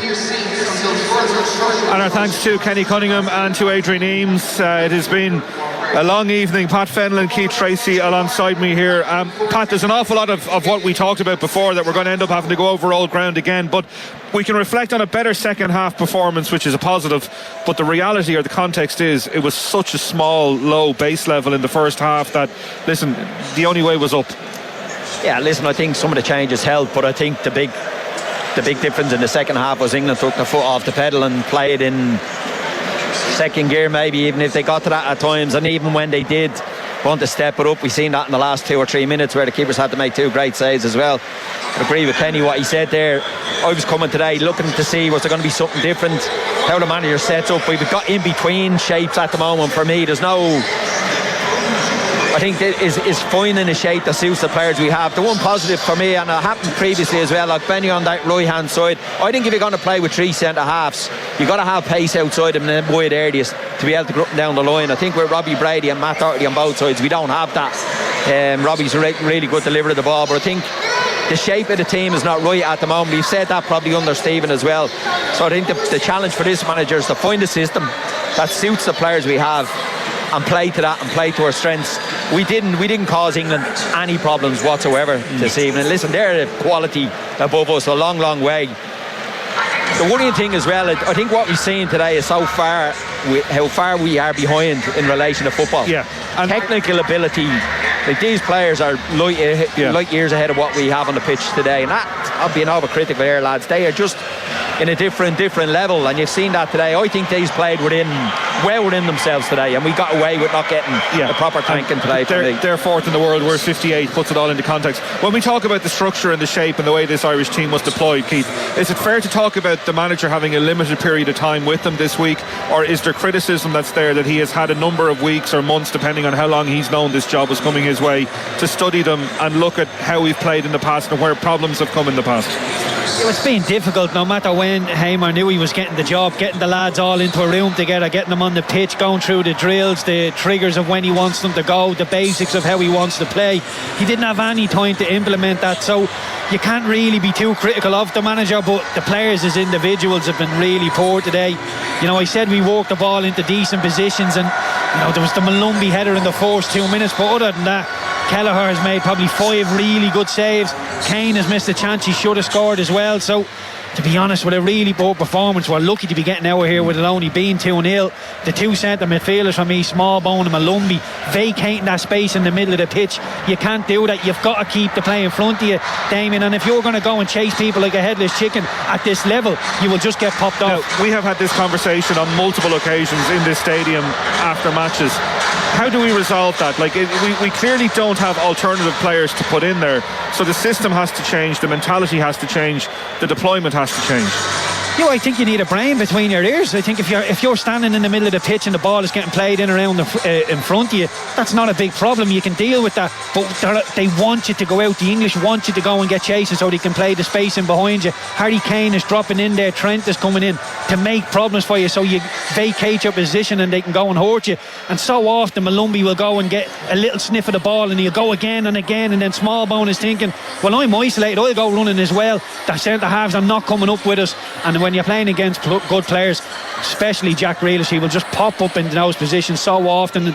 And with us playing a really narrow forward in midfield, it just said to Sackett and Gordon, you go in your 1v1 battles and go and win the game for England. I'm very limited on time, Pat, but just to look ahead to Tuesday, like, we desperately need a result. If this team is going anywhere in this Nations League, we need to win on Tuesday. Yeah, well, the last thing we need is more, everybody being negative and, going to be negative after today, because like I said, they're miles ahead of us. But again, it's against the teams that we think we should be able to put performance in.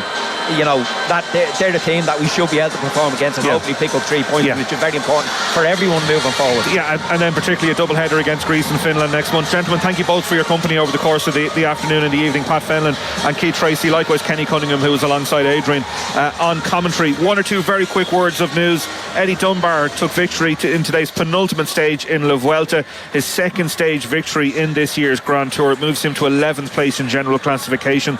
Primoz Roglic maintaining the overall lead ahead of the final stage tomorrow. Disappointment for Pima, beaten by 2-1 by Osijek of Croatia in their Women's Champions League first qualifying round final. That ends their interest in the competition, and the GAA are set to maintain the current All-Ireland Football Championship format for 2025. A new format will be voted on at February's Congress, while pre-season tournaments have been suspended for 2025. Fourth place finish for Brittany Arenze in the power powerlifting at the Olympic Games to round off the Paralympic schedule from an Irish perspective. A word of thanks to our team here at the Aviva Stadium, Kieran Dunn and James Feeney on sound, our programme team back in Donnybrook, Kevin McKenna and Max Falvey, Liam Mullen on sound back in Donnybrook. The programme produced by Greg Allen and our studio producer John Farrell. From Joanne and I until we chat again, good night.